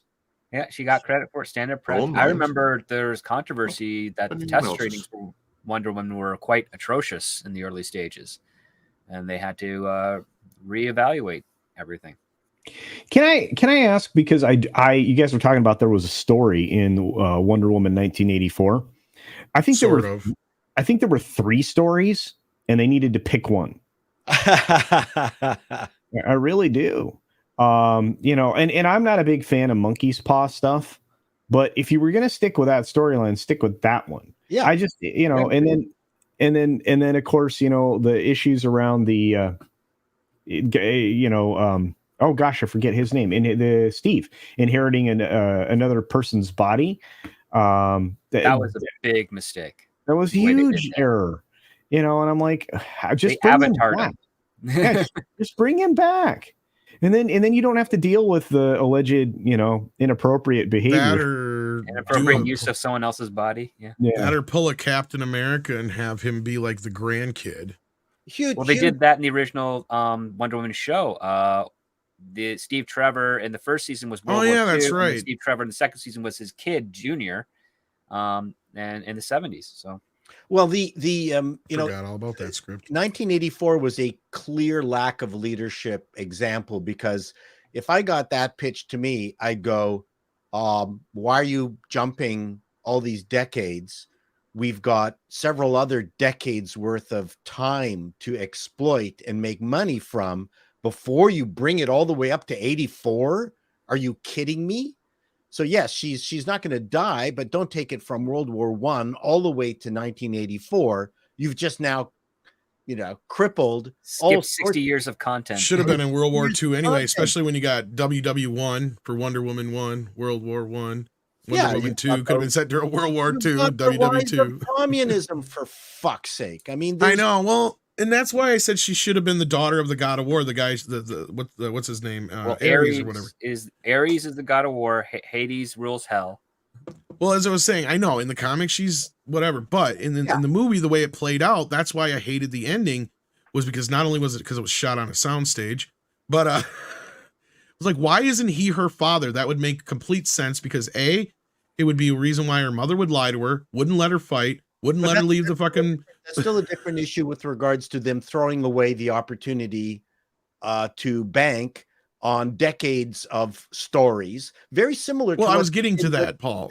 I was getting to that, Paul. They're very similar to what they did with Thanos, in that, okay, you've now done that, but up to Thanos, you should have at least laid in the seeds for what you were going to do afterwards. Which Well, that's what I was going to get to, actually, is, okay, so you have the ending of the movie where she kills Ares, like she has to make a choice, especially after she finds out if it's her father, because then from there on out, she feels guilty because there's no reason for war to continue after Ares is dead. That's the whole thing they say in the movie, is that she kills Ares, war ends. There is no more war. But if she's still alive and she's the daughter of the god of war, that makes her the goddess of war, meaning that she's the reason that war exists, giving her a reason to get involved if there is a war, meaning she should take the side of the people that are right.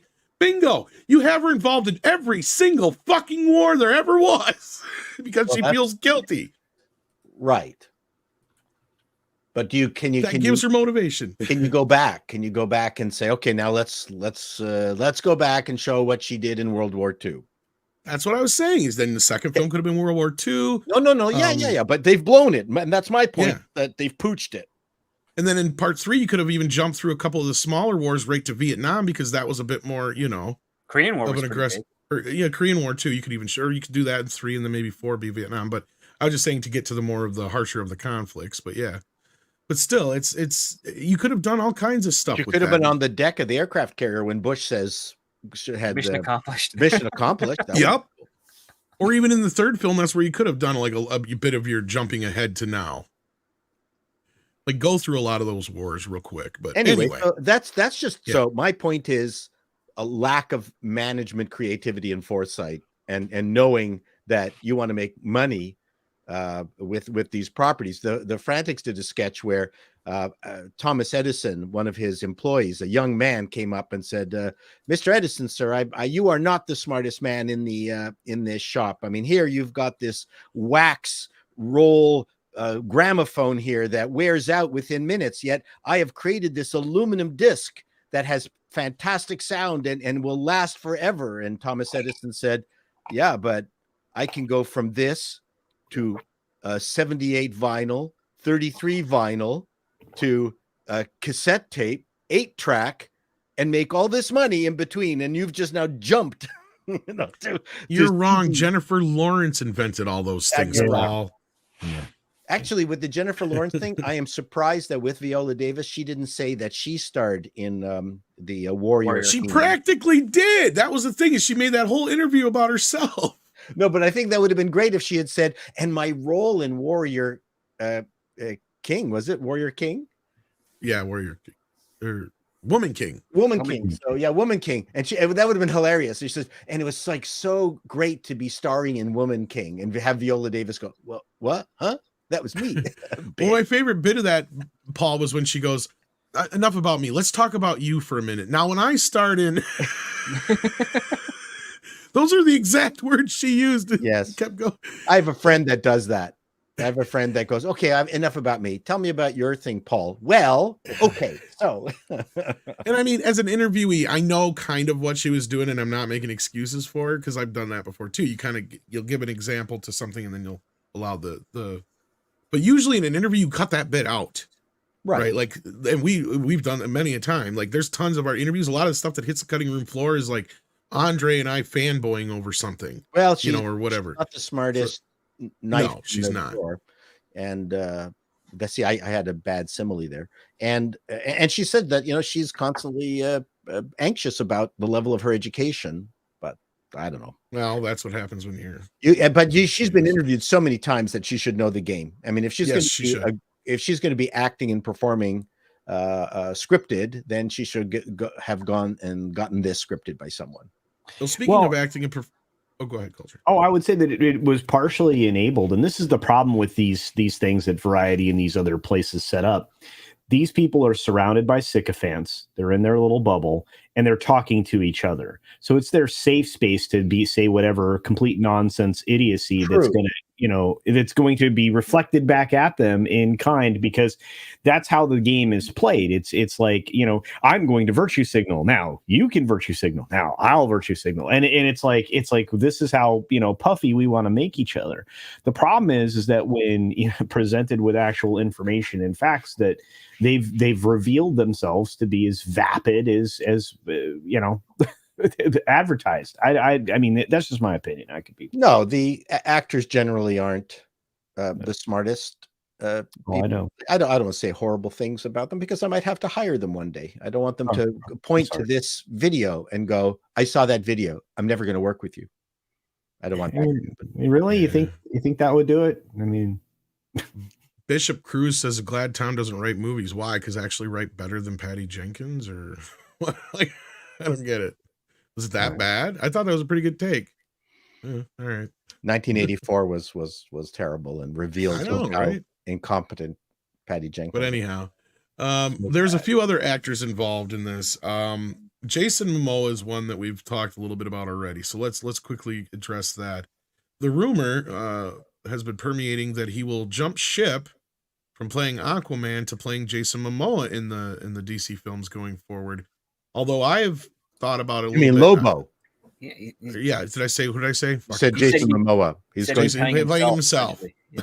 But that's he already is playing himself. No, that's a Freudian slip, because that's all he ever plays. But that's really want. True. No, that is what we want. We like him. Lobo, he'd be great for Lobo.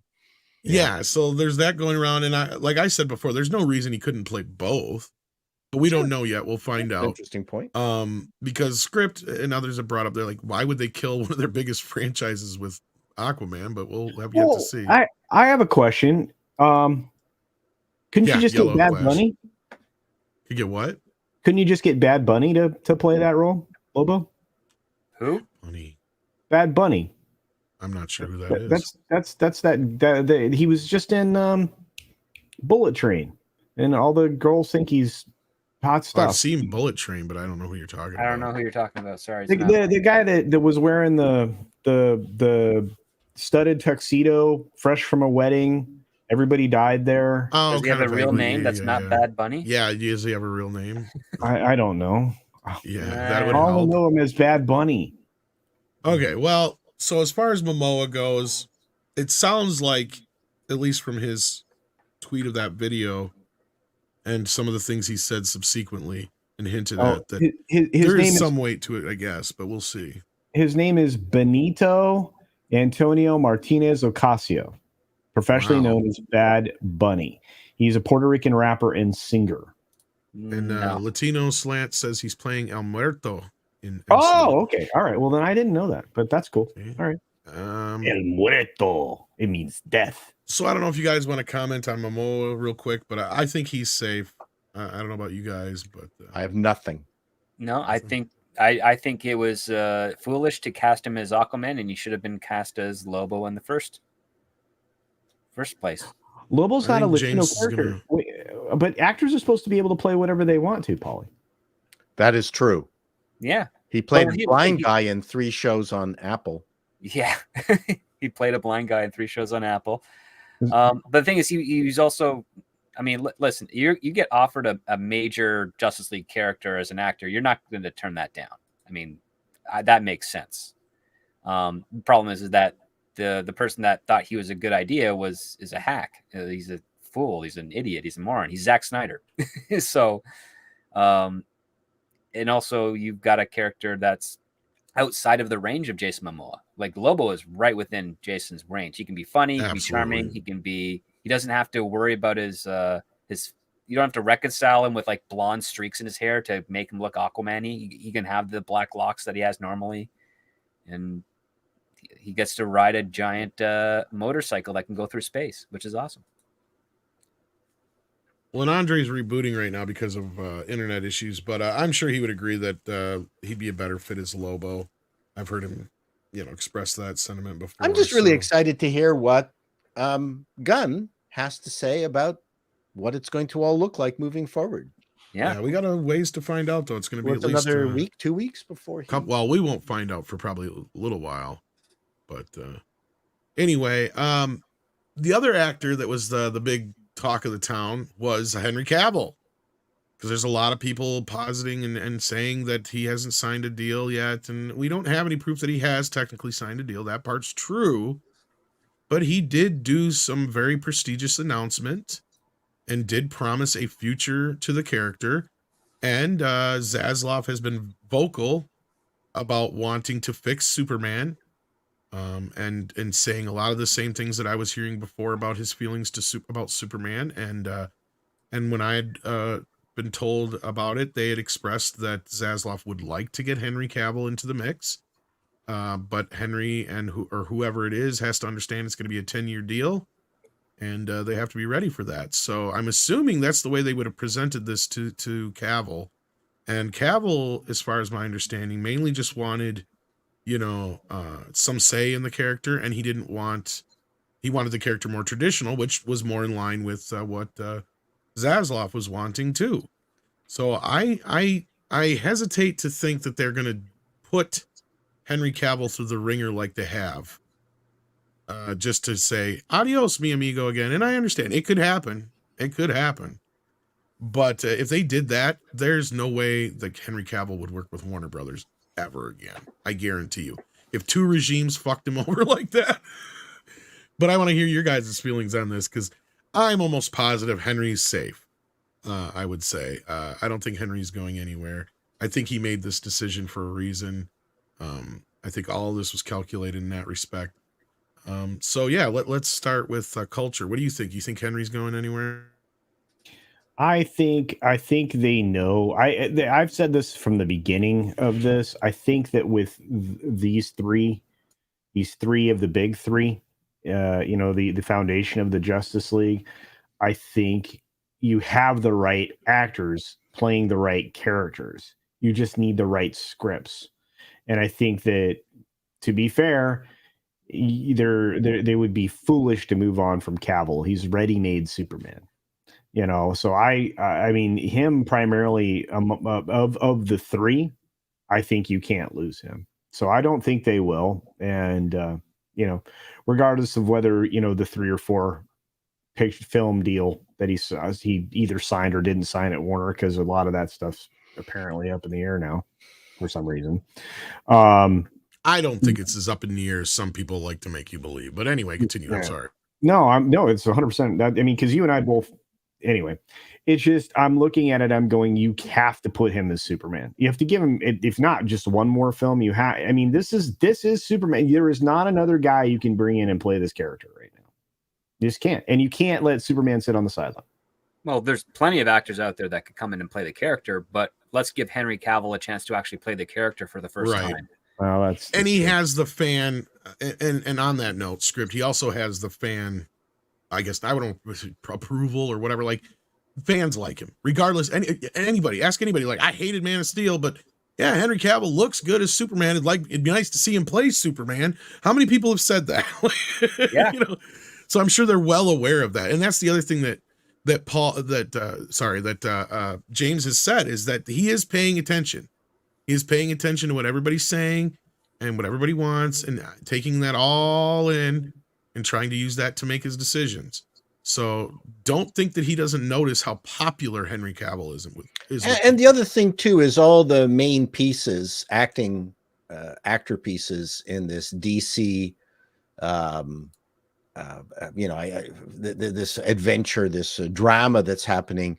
Even with all this drama, there's a certain calmness to it, and nobody is opening their mouths and saying anything stupid, which you have to point to that and go, not yet, anyway. I don't think there will be. I think it's under proper leadership, and everyone has been told that this is the only way this is going to work, as opposed to the stupid shit over at Disney. I mean, there's just ways, there's just method to this madness right now, and everyone is behaving properly, and that just shows good leadership. I agree with Chato there. Because you pointed out something really astute. All this drama we're seeing, it's not coming from the people involved with this. It's coming from everyone else. It's coming from Patty Jenkins, who is no longer involved with it quite clearly, and she wasn't going to be anyway either. She was going to be fired because she's incompetent, or she walked before. So yeah, she created a little bit of drama and made sure everyone know. But beyond that, this is artificial. It's driven by headlines and stuff like that, and I agree, by people that don't want to see Saslaw and Gunn succeed. Correct. Well, and that's what I was saying is, like, how do you start a shitstorm? How do you start a shitstorm real quick? And just put something like that out there and insinuate that all these people are gone and all this stuff is happening, and James Gunn, because all of a sudden, and I sent it to Andre last night, the trending was just bopping around all over the place, and they even had Fire James Gunn trending. Really? Yes. I can guarantee you who had that one trending. Wow. Snyder boys. But anyway, if you know what I mean. So the question being, though, Paul and script next, because we hadn't gotten, do you think Henry's safe? That was the main question I was asking. But yeah. I'd be shocked if he wasn't. Paul? I would say, going back to what I had said earlier, it's so much radio silence from him that I think it is.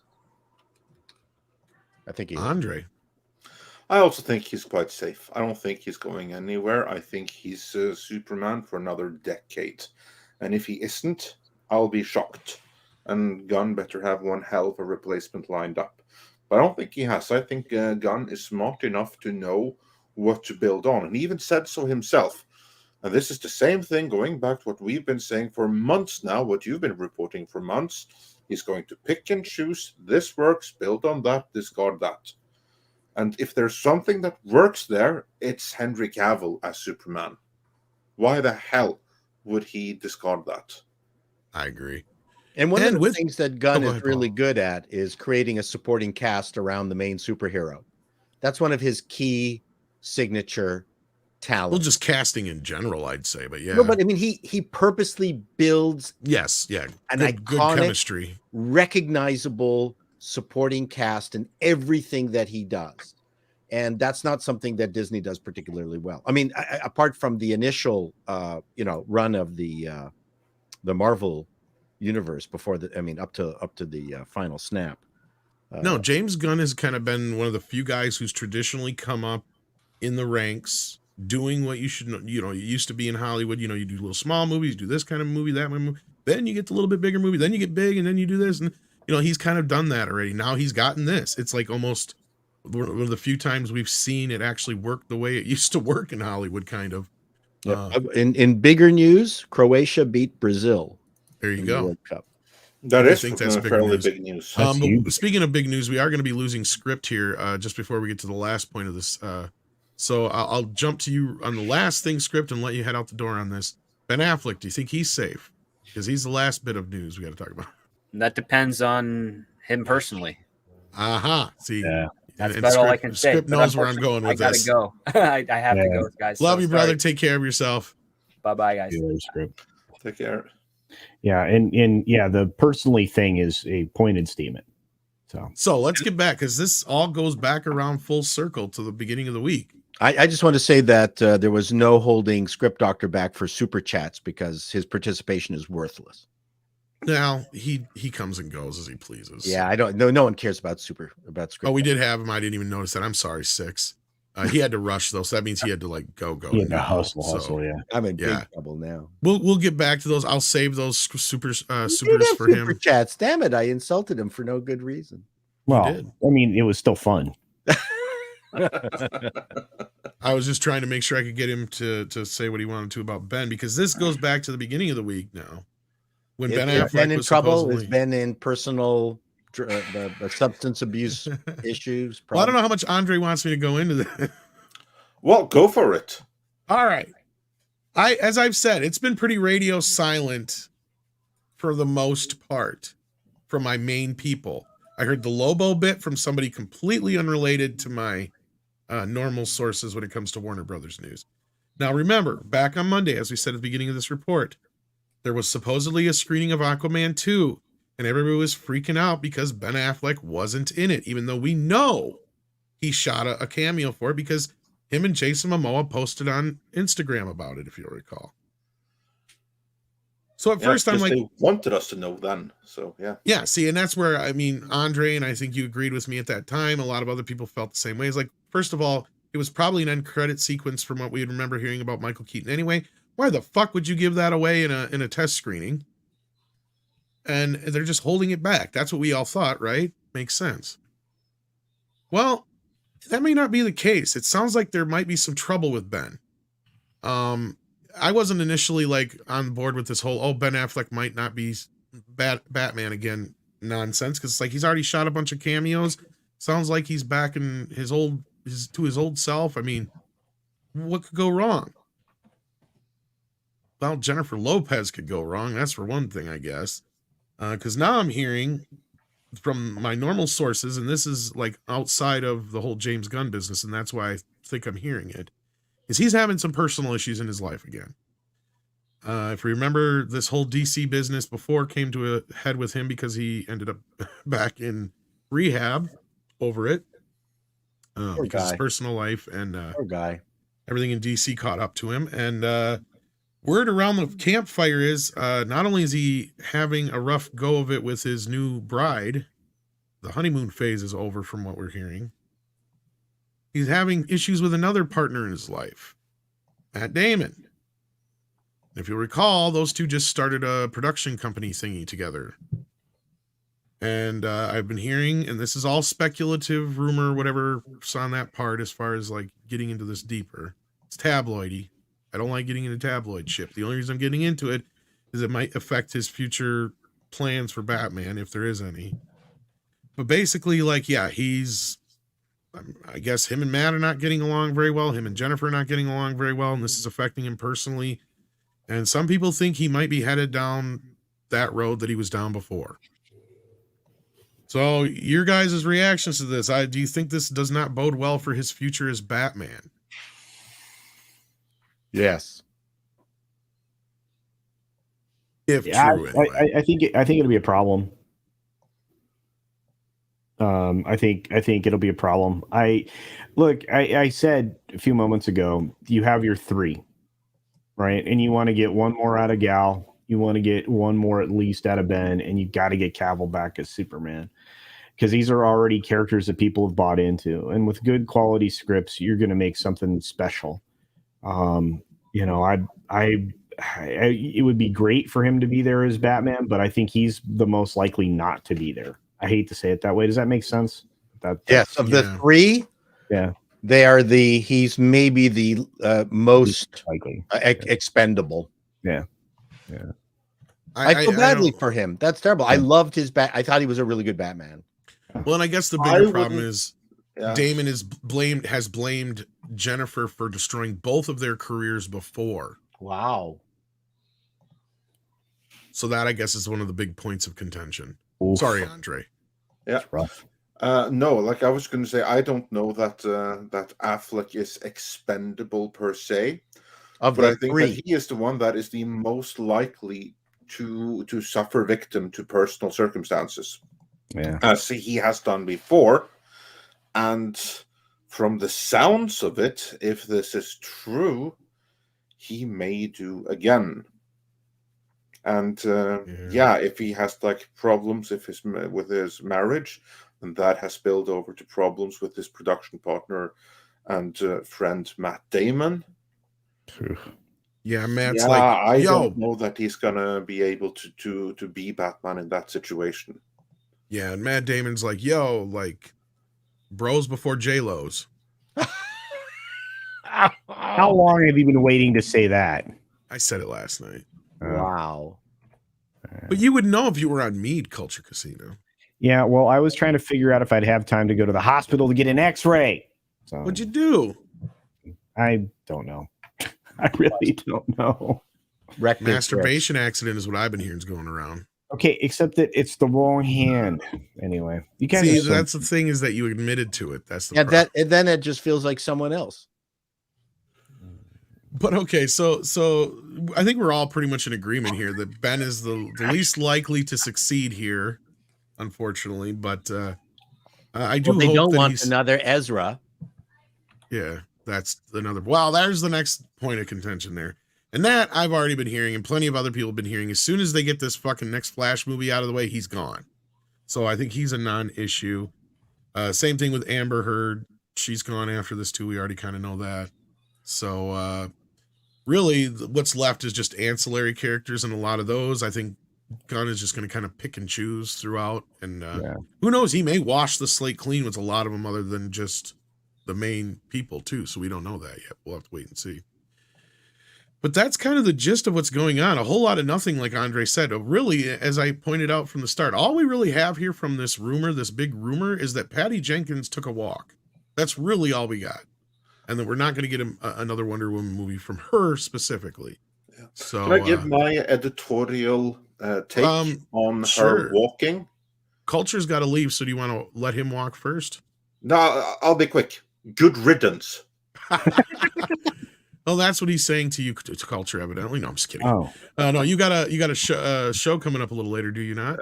yeah. About an hour from now, I'll be doing the pre-flight. So, but no, I'm and then late night Sunday, culture show thing that Tom's on amongst other crazy humans. So, yeah. Otherwise, I just spend the weekend watching all the amazing people that we hang out with all the time, and I wait for Paul to make another funny video. That's what I wait for. I launched a short today that was funny.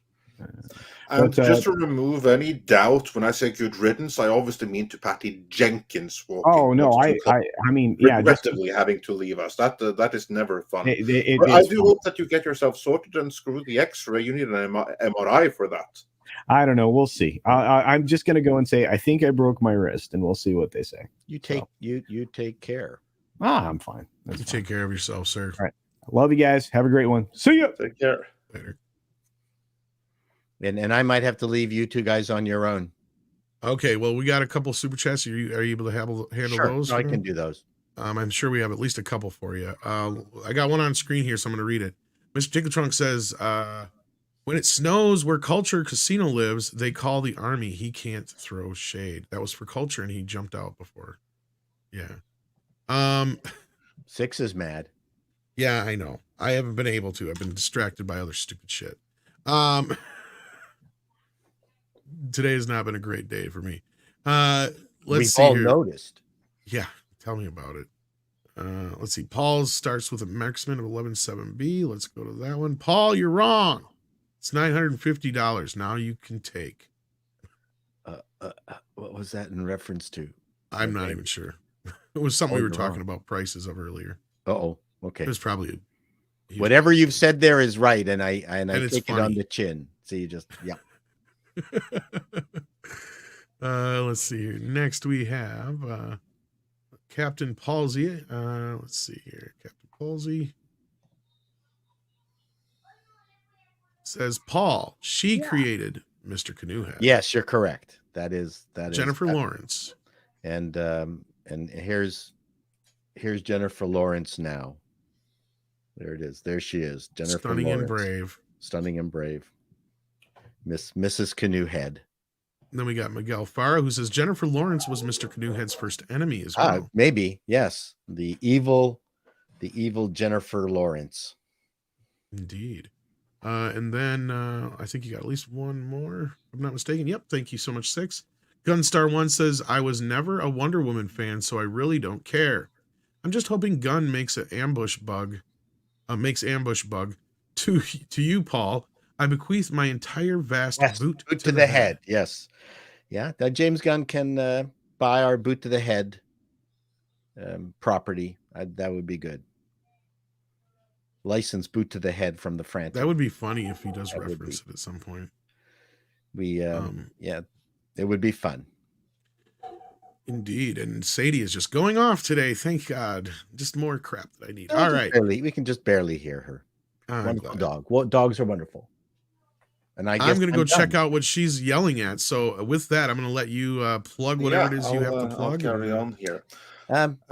Just having fun. There might be a phone call from Bob Chapek. I hear he might be calling me. So we'll see. Yeah, we look forward to that. I'm going to see if there were anyone else here. No, it looks like I'm done.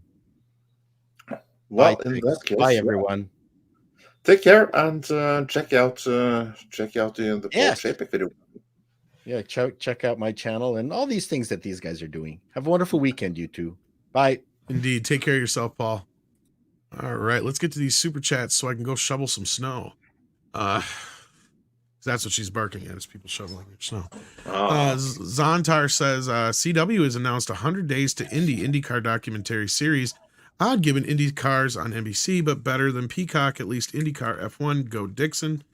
Well, sadly, like Culture isn't here, and he'd probably know more about the sports situation than I would. So, yeah.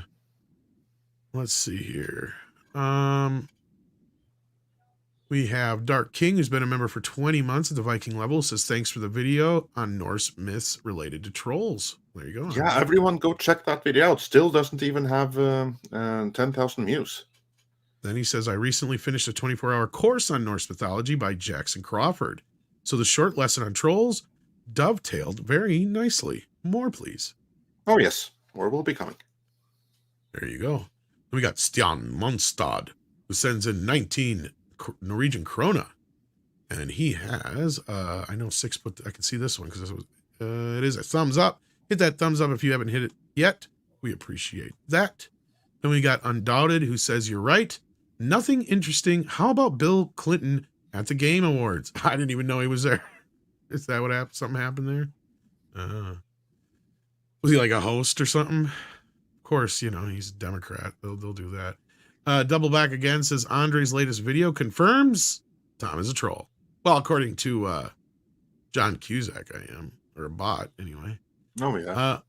Anthony Monahan says, any views on the Peripheral series on Amazon? Oh, shoot. I wish we'd have grabbed this one when I think Paul's been watching it. Yeah, he's been watching it. I have not, so I'm unable to comment on it. Or I don't know if he's still watching it. I know he was. Sorry, I didn't grab that when he was still here. I know he wasn't too impressed with it. That's what I was thinking, is he probably dropped out. Yeah. Yeah. Callum Lyle says that Indy 5 director is lying. Everyone knows it. He'll join the pantheon of Kevin Smith and J.J. Abrams before he knows it. Tim Hayes has been a member for 17 months at the Midnighter level. Thank you so much. And then we got Robert who says, Hail all Tom. I'm not a Soups fan, but Mr. H convinced me to watch Superman and Lois. I surprisingly love it. 40-ish and kids. A new take, your take. I haven't seen it yet, but Andre, you've seen at least some of it, haven't you? I saw a few episodes. I watched the first couple of episodes. I thought they were surprisingly good, but then I dropped out. Not because I got fed up or something. It's just that life caught up and I didn't have time to watch it, and I just didn't get back into it again. But those first few episodes were really, really good. There you go. And then formally, I think is how you're supposed to say that. It says, Tom, someone snuck into the Game Awards and thanked Bill Clinton on stage. Ah, okay. There we go. No, that was some troll. That's a troll. And then we have, let's see here, we've got Mitchell Andre who says Dylan O'Brien. Okay. Dash Attack says Jason Atkins script and Bobby actor. And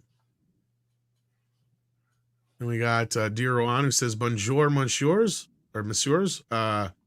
Based on your videos, Ghostbusters 2016 was a patient zero and woke fan blaming marketing. I'm curious, when was your fight against wokeness become personal? Well, you're technically kind of right there on the Ghostbusters thing. We usually call patient zero fan 4 stick though, right, Andre? Yeah. It was the playbook was perfected with Ghostbusters 2016, but I would say that patient zero was fan 4 stick. Yeah. And then as far as when did it become personal? I guess it depends on how you define it.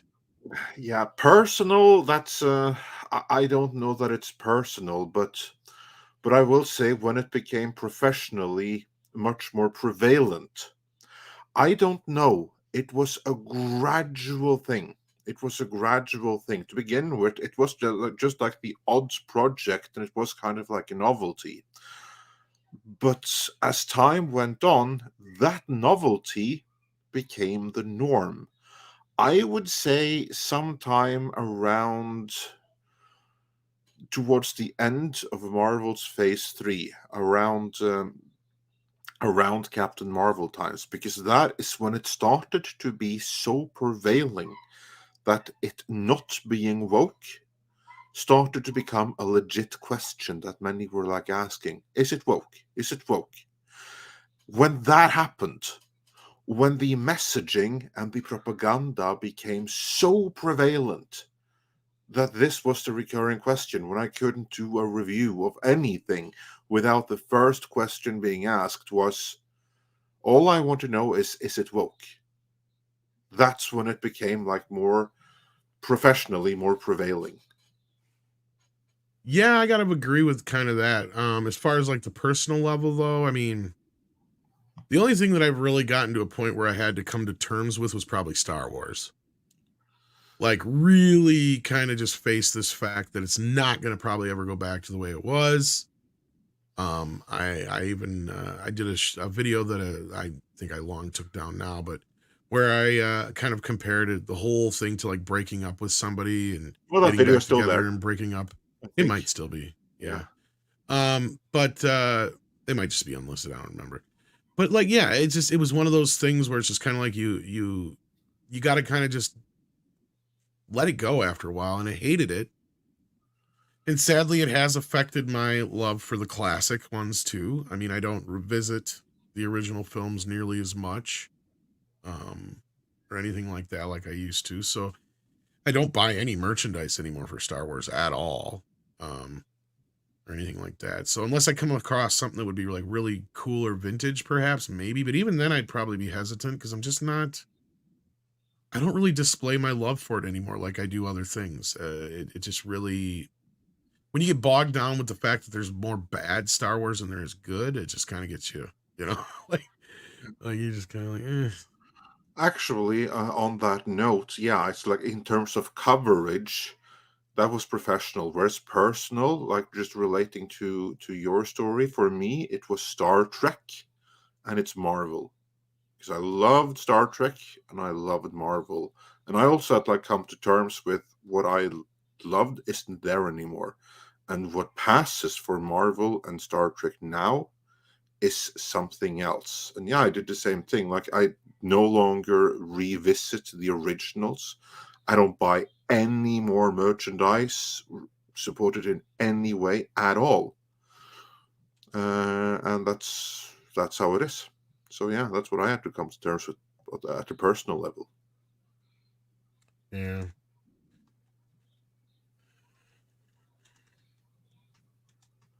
Sorry.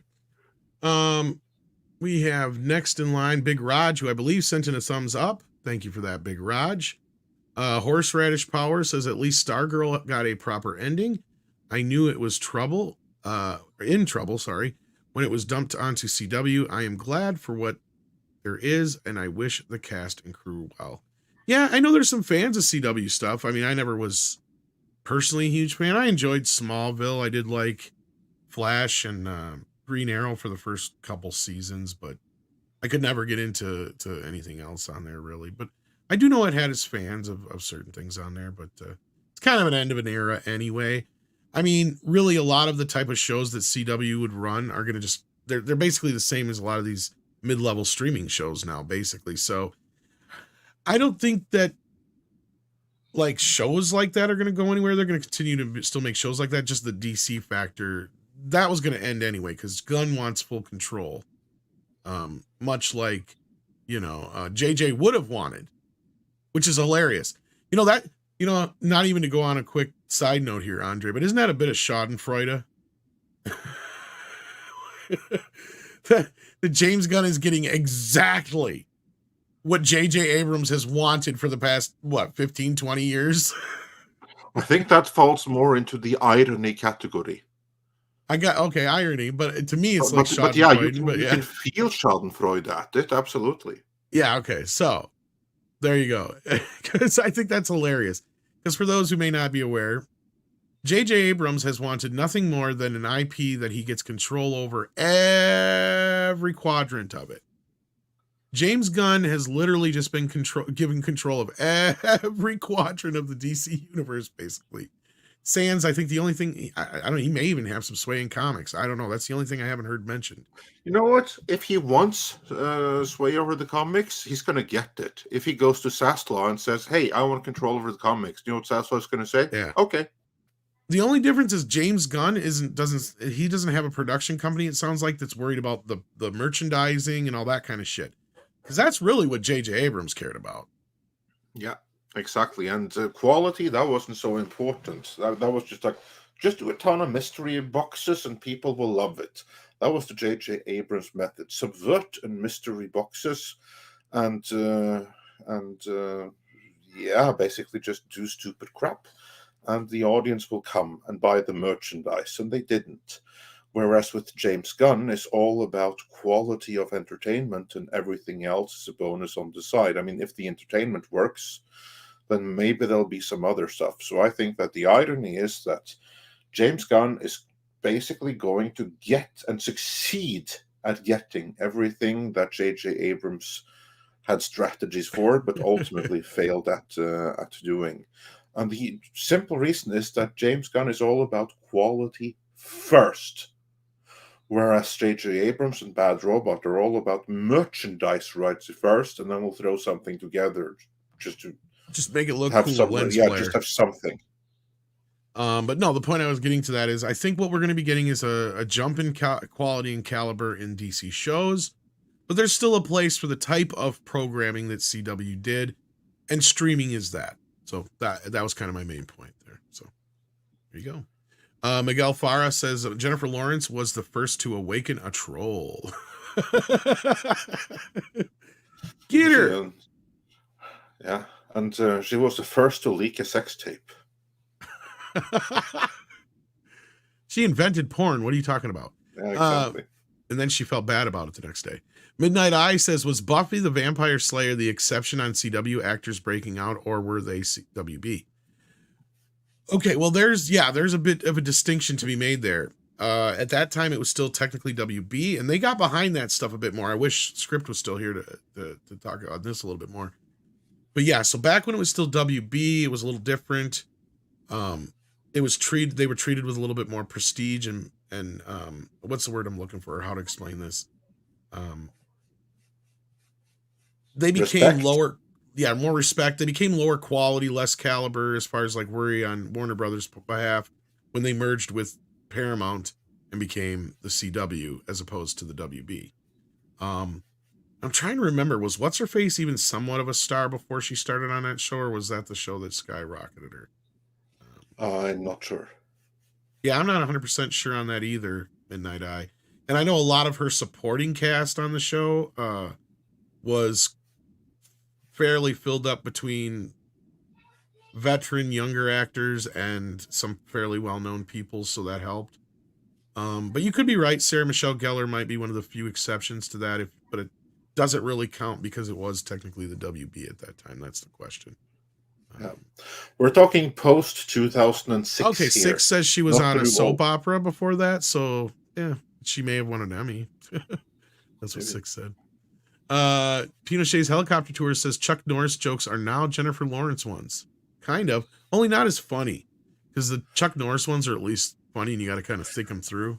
Actually, I would say they're even more funny. The Jennifer Lawrence one, and I'd say the they're more difference is, pathetic. But I don't think that Chuck Norris minded the Chuck Norris jokes. In fact, I think he probably liked them. Whereas I think that Jennifer Lawrence, she's going to find the Jennifer Lawrence jokes to grow real old real fast here. no, I'm pretty sure he's gotten behind that whole Chuck Norris thing. Oh, yeah. Grand Wazoo says, greetings panel. Sorry.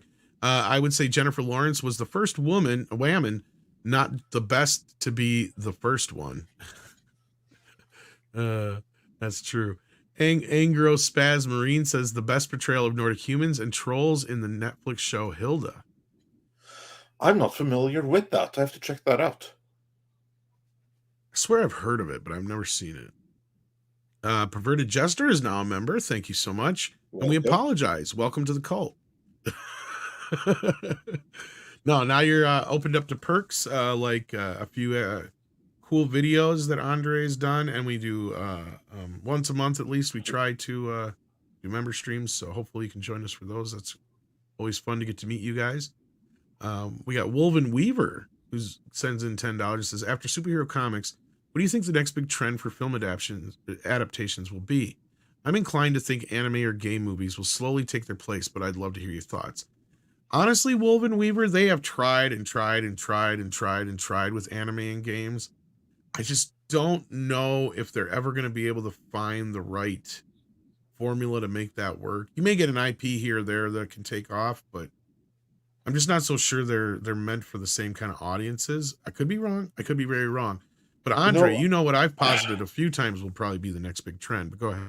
Yeah, well, just to answer that, I think that there could come a time for where anime and video game adaptations become more prevalent, but that would be another generation of green lighting producers and filmmakers.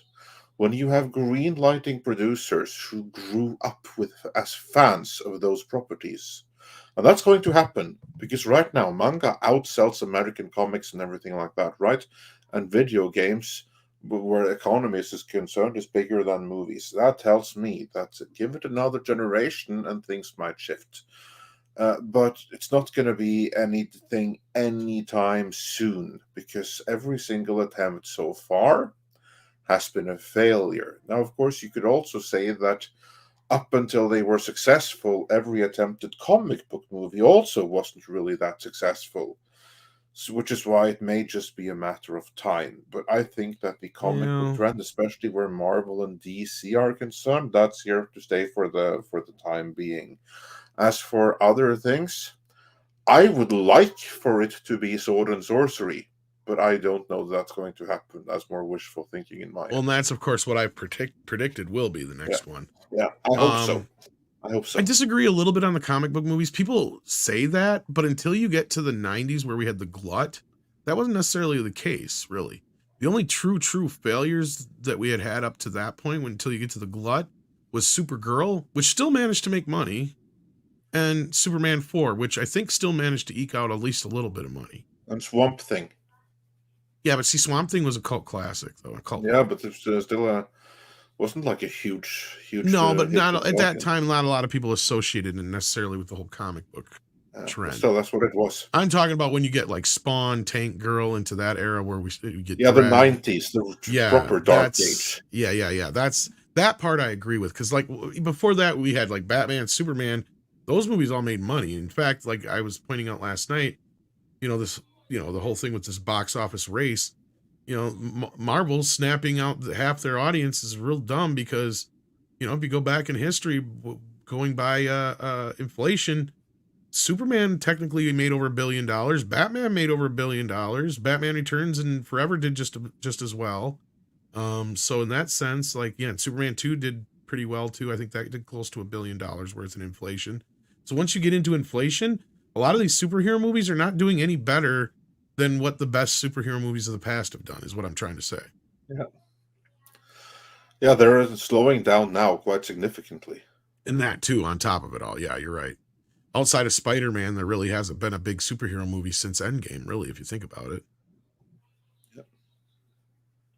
So there you go, Wolven Weaver. I hope that answers your questions. But the other side of that too, off of what Andre's saying, I agree also as well that, not just will it take another generation, but if anything, they'll be more popular within their own formats, right? Like anime is just never going to really quite translate the right way to film. You can make anime films, and I think those will do very popular. I'm just not so sure they'll ever be able to cross that threshold. Maybe someday, like Andre said, in a generation or so, very possible. Same thing specifically with game movies. Because right now, I think the audience for games and movies is two very separate audiences, even though there is some crossover. They have two very different expectations of what they want when they go in. And that is where I think movies based on games, only certain ones work and certain ones haven't to this point. Most of them haven't, for that very reason, is that they're two very separate audiences.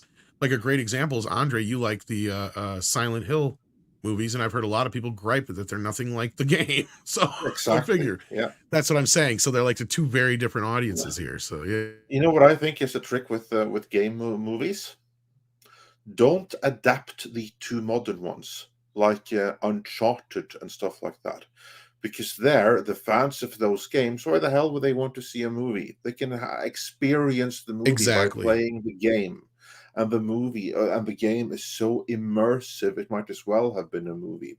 You want to make video game movies? You have to look to the early 2000s and the 90s. Look at properties that there's nostalgia for, but that are right now defunct, where you can't get that experience in a more advanced way than the movie. Like, for instance, Sega announced just the other day that Toe Jam and Earl are coming. There you go. Yeah, and the same, and who the hell knows how they're going to do that? But you know what? If you want to play Toe Jam and Earl, you're still going to have to either go back to the original hardware or emulate it. And same thing with Streets of Rage, which is also coming. That's the thing, that's Andre. the movies you want to make, where you can't get the modern day experience in the games.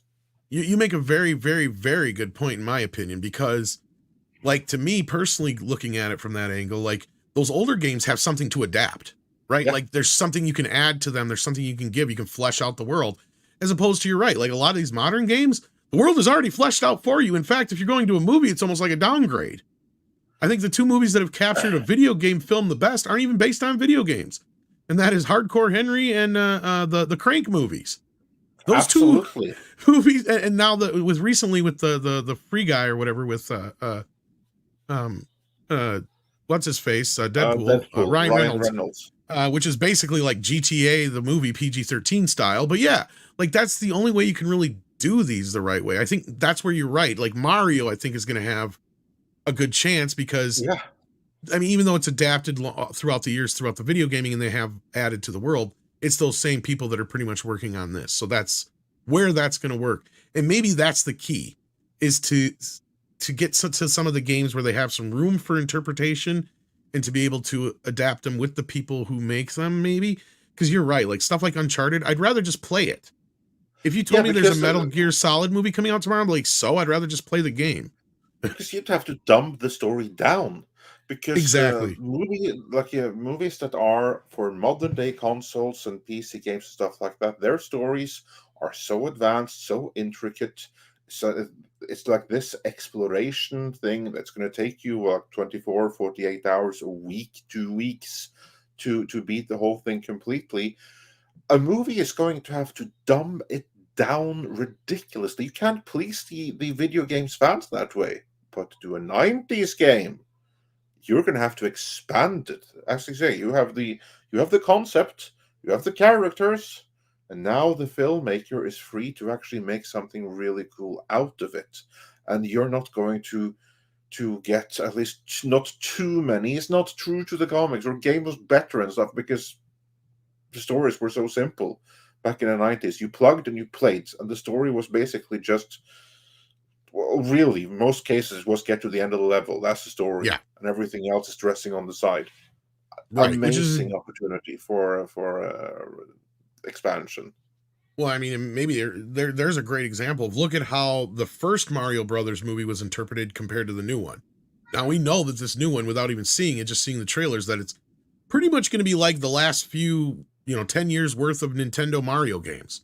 It's going to feel pretty much like that because they already know the formula. They've already created that world, as opposed to back in the day, nobody had seen Mario in live action. All you did was this scrolling side scroll thing. Like Andre said, it's to get from point A to B. That's really all it was. It didn't have much of a story to it or anything like that. So there was room for interpretation. Now they've got everything kind of fleshed out. So I agree. That's the big difference you have and a big problem with that. And the same thing can kind of be said for anime because there's a style to it, right? And that's the problem is films try to adapt that style along with it. And it's like, I think that's where the problem lies. And a good example I'm thinking of offhand is when we recently had Cowboy Bebop, because that's one of the few I could say that, considering what I've seen of it and know of it, that could probably lend itself well to a live action adaptation. They just did it piss poorly, right? So certain things maybe so, but then other things I've heard people are very upset about, like I think Ghost in the Shell was one that people weren't a big fan of, and some other stuff like that. And I know you're a fan of Attack on Titan, the live action, but the anime fans hate it. Yeah. So I mean, like that's a great example of what we're talking about here, right? Like it's like, sure, you can adapt what initially was a great story, and of course somebody who's not aware of that original story can find some of the good elements in it, but somebody who loves that original works is going to look at that and go, that's a piece of shit in comparison to the original story. You took what was a prime rib and you turned it into a hamburger. That's the way they see it. So that's where it's open for the interpretation. And I think that's where the two worlds have two different audiences to them. But anyway, we went way too long on that. Thank you, though, for that. DCB Titan says, just remember, no matter how bad you fuck up and how dumb you feel, Jennifer Lawrence exists, and you're not her. And you can feel good about that. Well, she actually clarified her comments. Did you see that, Andre? Yeah, I did. I don't know, but it helped. Yeah, I was going to say, I don't know if it really helped. Do you want to bring it up? Yeah, well, her clarification after having said very, very clearly in no uncertain terms that could be misunderstood, that left any room for interpretations. Tom, do you have the original clip just so that we can compare it? I have the OG clip. Yeah. Play the OG clip just so that we can compare the OG clip and any kind of. I remember when I was doing Hunger Games. Sorry, I didn't know it was going to play. Yeah, I just want to be able to compare exactly what she said so we can see if there's any room for interpretation and if she possibly could have misspoken here. All right. I remember when I was doing Hunger Games, nobody had ever put a woman in the lead of an action movie because it wouldn't work. We were told girls and boys can both identify with a male lead, but boys cannot identify with a female lead. Oh, absolutely. And it just makes me so happy every single time I see a movie come out that just blows through every single one of those beliefs and proves that it is just a lie to keep certain people out of the movies, to keep certain people in the same positions that they've always been in, and it's just okay. Enough. I can't take to anymore. watch it happen. That's pretty much it anyway. Yeah. So then this comes out. Yeah. First, I just want to say, like, there was no room for misinterpreting that. No, it was pretty straightforward. That was pretty clear. She didn't literally say I was the first, but that's the only possible reading of her words. That in 2012, when she was the lead, this was a first, never happened before. Mm-hmm. They didn't think it could be done. Yeah, never before. So Jennifer has clarified what she meant. I remember when I was doing Hunger Games, blah, blah, blah, blah, blah. Nobody ever put a woman in the lead because it wouldn't work. We were told girls and boys. This is just reiterating what she said before. That's certainly not what I meant to say at all. Then why the fuck did you say it? Yeah, but that's what you said, whether you meant And not to only or that, not. it's a recorded interview that you could have stopped at any time going out. I doubt that interview was live. It was clearly edited. Yeah, and it was approved by her team and everything. Exactly. I mean, this is variety. This is an industry trade. Like, this Yeah. wasn't a trick question or something. Yeah. Her PR should have been there and said, okay, cut, we need to redo that. They would have done that completely. They wanted to put this out there. This was their attempt at rewriting history. That's what I submit here. Yeah. This was like no accident. This was overt gaslighting everyone and rewriting history. Yeah, because you're right. Like, they usually go through, like, she probably had to sign off on all this stuff anyway. So yeah. So anyway, she said, that's certainly not what I meant to say at all. I know that I'm not the only woman who has ever led an action film. What I meant to emphasize was how good it feels. And I meant that with Viola, to blow past these old myths that you hear about the chatter that you would hear around the kind of things, but it was my blunder and it come out wrong. I had nerves talking to a living legend.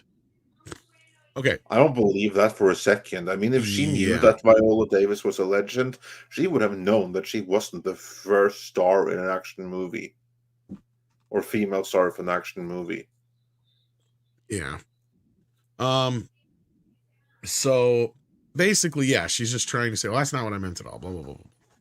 No, it's clearly what you meant. You said exactly what you meant. And she's still trying to throw it off on other people were saying this. Like, who was saying this? Yeah, that's the other question. Who was trying to lie to you and delude you? Because if anyone told her that, no, this is like something new, because men don't accept female action heroes. Who lied to you to say that? I mean, have they ever seen a Milla Jovovich movie? Yeah, or let's go back even further. Pam Grier. Yeah. Or the slightly closer, the Underworld series with Kate Beckinsale. I mean, the list goes on. It's like the most stupid, inane thing to say. Yeah, I mean, Gina Davis in Long Kiss Goodnight, of course, Aliens, Alien, Terminator. Red Sonja ever tried to say something like that to her, then Gina's be confronted with that. Who told you this bullshit? Because if someone ever said that, they lied to you. And what you just did, whether you want to or not, whether you meant to or not, was try to rewrite history. The only good thing about this is that in the process of this particular rewriting of history, she stepped on the toes of so many other women in Hollywood, so that all of the narcissists in Hollywood actually called her out on it. Usually, if they had just attacked the audience, no one would have said anything. But here she actually stepped on the egos of other people in Hollywood. That's why she got backlash from this. Make no mistake about that.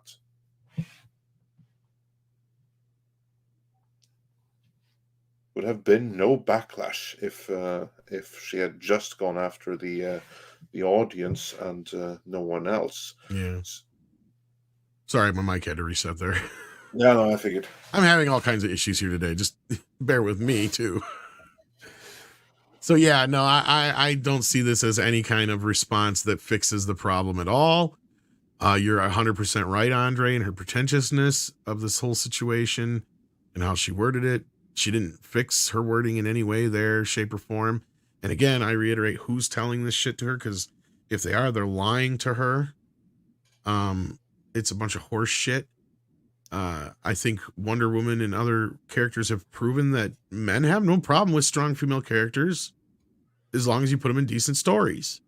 What we don't want is somebody who's going to be like the Woman King situation. And I love that the Hollywood Reporter brings up in this article the same thing I brought up last night, is that, about the whole self-fulfilling prophecy. Because remember when Davis said, what studio is going to put money behind it? How are they going to be convinced that a black woman can lead the box office? When she was talking about how the movie not making money and people not going to see it and all that business. Which it didn't. Let's be clear about that. But that's what I was saying when it comes to Bros, when it comes to movies like this, when they push this agenda, they're not wrong in a sense when they say that Hollywood will stop making these movies because it will sooner or later become a self-fulfilling, prophecy because they're destroying the movies themselves. There's nothing in the history of film that supports their assumptions, but it will happen because of them, is what I'm trying to say. I don't know if that makes sense, but if they keep doing this anyway. Well, these comments here says to me that this ain't over. Like this may be part of the final as you like to call it, but this to me was an obvious attempt at rewriting history. Later she says that it came out wrong, and she's like self-conscious because she's like a dropout from school and stuff like that. It's like, that doesn't mean anything. You're smart enough to have made it to where you are, to have the career you have. You are plenty smart to be able to express what you want properly. So this is just like a poor excuse, and I'm really glad she's being called out for it, and deservedly so.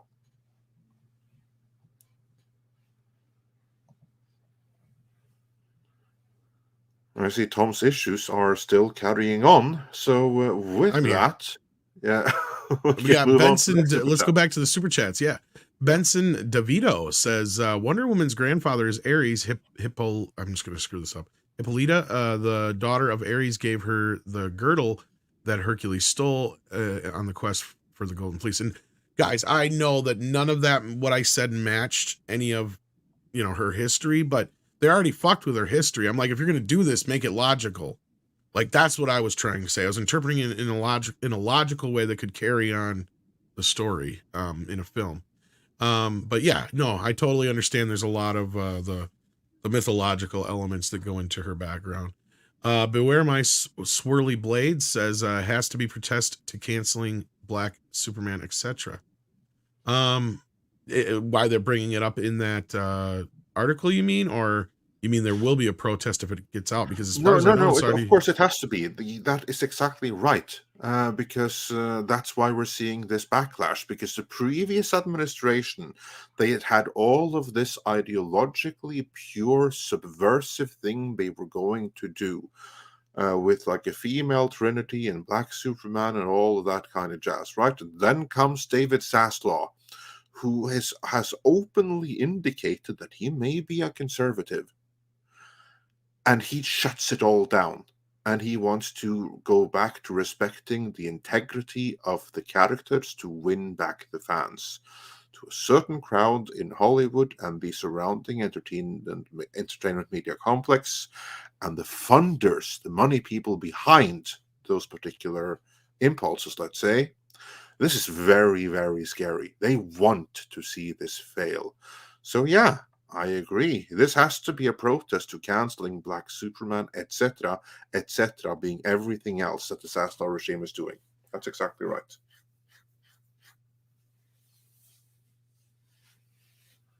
There you go. Now my thing is wanting me to install some update, whatever that is all about. Anyway, Sean Culligan says, I say Carl Urban is Lobo. That wouldn't be a bad secondary choice at all. I think he could pull it off. But Carl Urban is such a versatile actor that he can do everything. Of course, I'd rather see him as Dredd, though. Sadly, that's unlikely to happen. And for there's some rumors swirling around that, but Mr. H said that they don't seem to have any merit. I say the same thing. Those rumors are rumors, and there's no substance to them. It ain't happening. I wish it was. Carl Urban desperately wants to return to Dredd, so that is not the issue. The issue is the rights owner. So this isn't a situation where you have like a stupid company that doesn't know what they have, that just so happen to have the movie license and then they screw it up. No. The rights have already reverted back to the rights holder, and it's the right holder that's screwing everything up. That we're not having another Dread movie, that we're not getting that Mega City 1 series that they were talking about. It's all because of the rights owner. Carl Urban was theirs to lose, and they lost him. And there's no forward motion on any Dread project that I'm aware of. We just need to go make a Western with Carl Urban and Walton Goggins. That'd be something. That'd be a kick-ass Western. All right, we've got Pinochet's Helicopter Tours, who says, I guess Patty Jenkins effed around and found out. Maybe, but I'm kind of leaning more towards Script's hypothesis that she's trying to save as much face as she can out the fucking door, considering the barragement of bad press she's kind of had in the last year or so. But it could be just her standing on her laurels or whatever, but I doubt it. Yeah. DCB Titan says, I can't fathom how bad you have to be to get turned down by modern Disney. It seems like it should be impossible to do as they dive for the bottom. Oh, you're not wrong to a point, but they're not doing that on purpose. Is that they don't know how to do it right, but they do recognize things that are definitely wrong. That's their problem. They see that, okay, what this person wants to do, that's definitely wrong. What that person wants to do, that's definitely wrong. We don't know what's right, but we know that that's definitely not the way to go. That's what they recognize. Well, you're not wrong that, at least in the respect that sometimes that wrong thing they think is right. But as I was saying, they don't dive for the bottom on purpose. No. They're just really good at it. Yeah. They actually really try to be successful, but they don't know how. They have like the completely wrong approach to it. In the case of Kathleen Kennedy, her approach is a very standard producer approach, which is basically, here we have this property, and now we're going to find filmmakers with a unique voice who can tell a really interesting story and give their twist on the property. Now, that's a very producer-like approach, but for something like Star Wars, it's a wrong approach. You need to understand what is it that makes Star Wars unique, and how do you tell Star Wars within the confines of the Star Wars universe while retaining that uniqueness.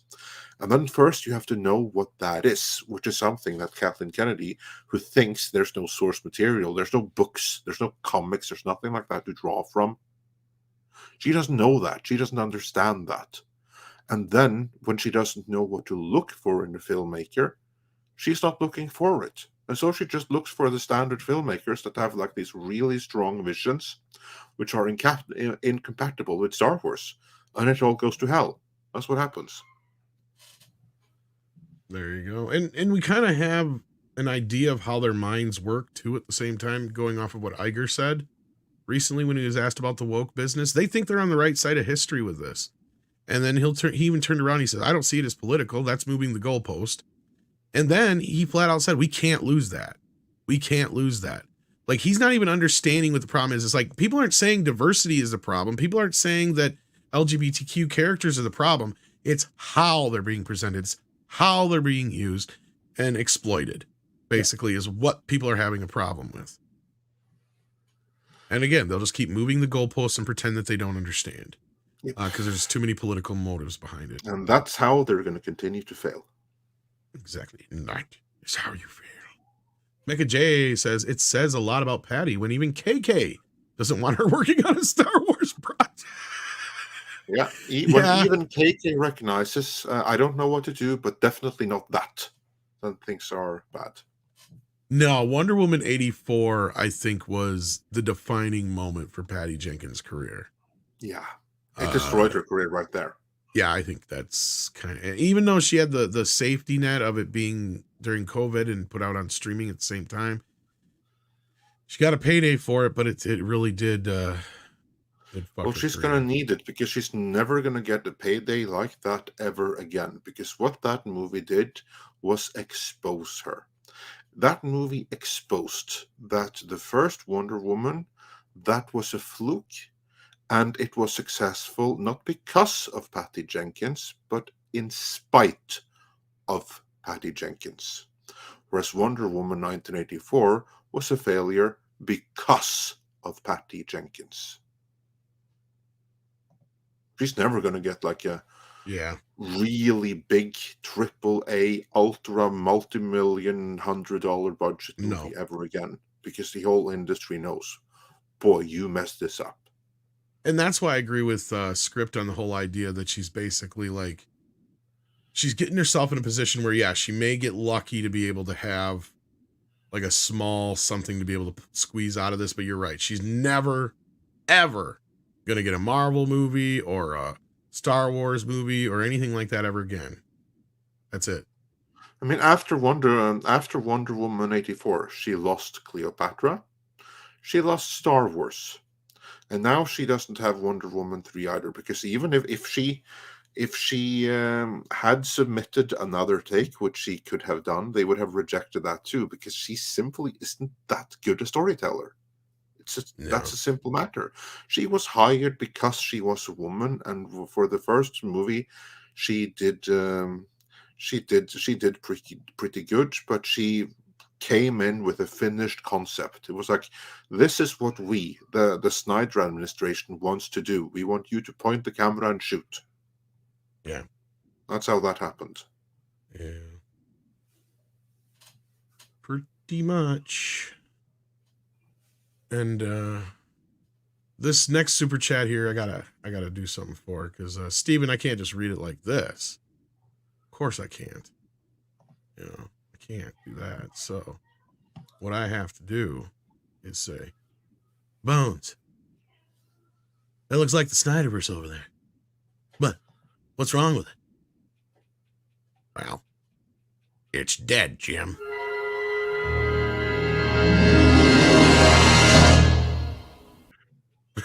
There you go. I hope you got your $2 worth. An authentic sting. There you go. Pinochet's helicopter tour says Script Doctor can studios use no activists clauses. Sorry we missed this for him. They could put things in their contracts if they wanted to where they could prevent things like this, but they're not. That's just it. Although we have heard Zaslav say, and this is why I'm curious as to why, and this is why I brought this up to you, Andre, too, is we've heard Zaslav say before about no fighting with the audience and stuff like that, and the fans and stuff to that effect. And both The Rock and Gal Gadot made sure that they thanked the fans in their tweets. That to me stuck out. So that's where I'm not so sure they haven't talked to the brass at all. Yeah, that tells me that Gal Gadot, she knows, and certainly her administration, they know who the new boss is, and they know what the new rules are. There was a point in time where you could say, screw all the fans, and everyone would love it, and you get like high fives because the fans are toxic and what have you not. But that's not going to work under the new administration. Now you have to thank the fans and be respectful, the way it should have been the whole time. That's what that tells me. And also, it also tells me that Gal Gadot knows that, Wonder Woman 3 with her is still happening. It's just not happening with Jenkins. Yep. And if Gal Gadot has to choose between, am I going to have my own career and be Wonder Woman and all these other things without Jenkins, or am I going to go down in flames with her due to some misplaced Thelma and Louise loyalty? Which of those two do you think she's going to choose, Tom? I think she's sticking with the payday. Yeah, I think so too. Because as we brought up earlier, that. She hasn't had much success other than that. So yeah. Rand Wazoo says Jenkins should have listened to the old song, "The Times They Are Changing." Instead she pulls off a Karen and pisses the studio execs off. Not wise. You're not wrong there. She probably won't make another movie with Warner, at least anytime soon. But I think that's what she's at this point. She knows that she's never going to get one of these again.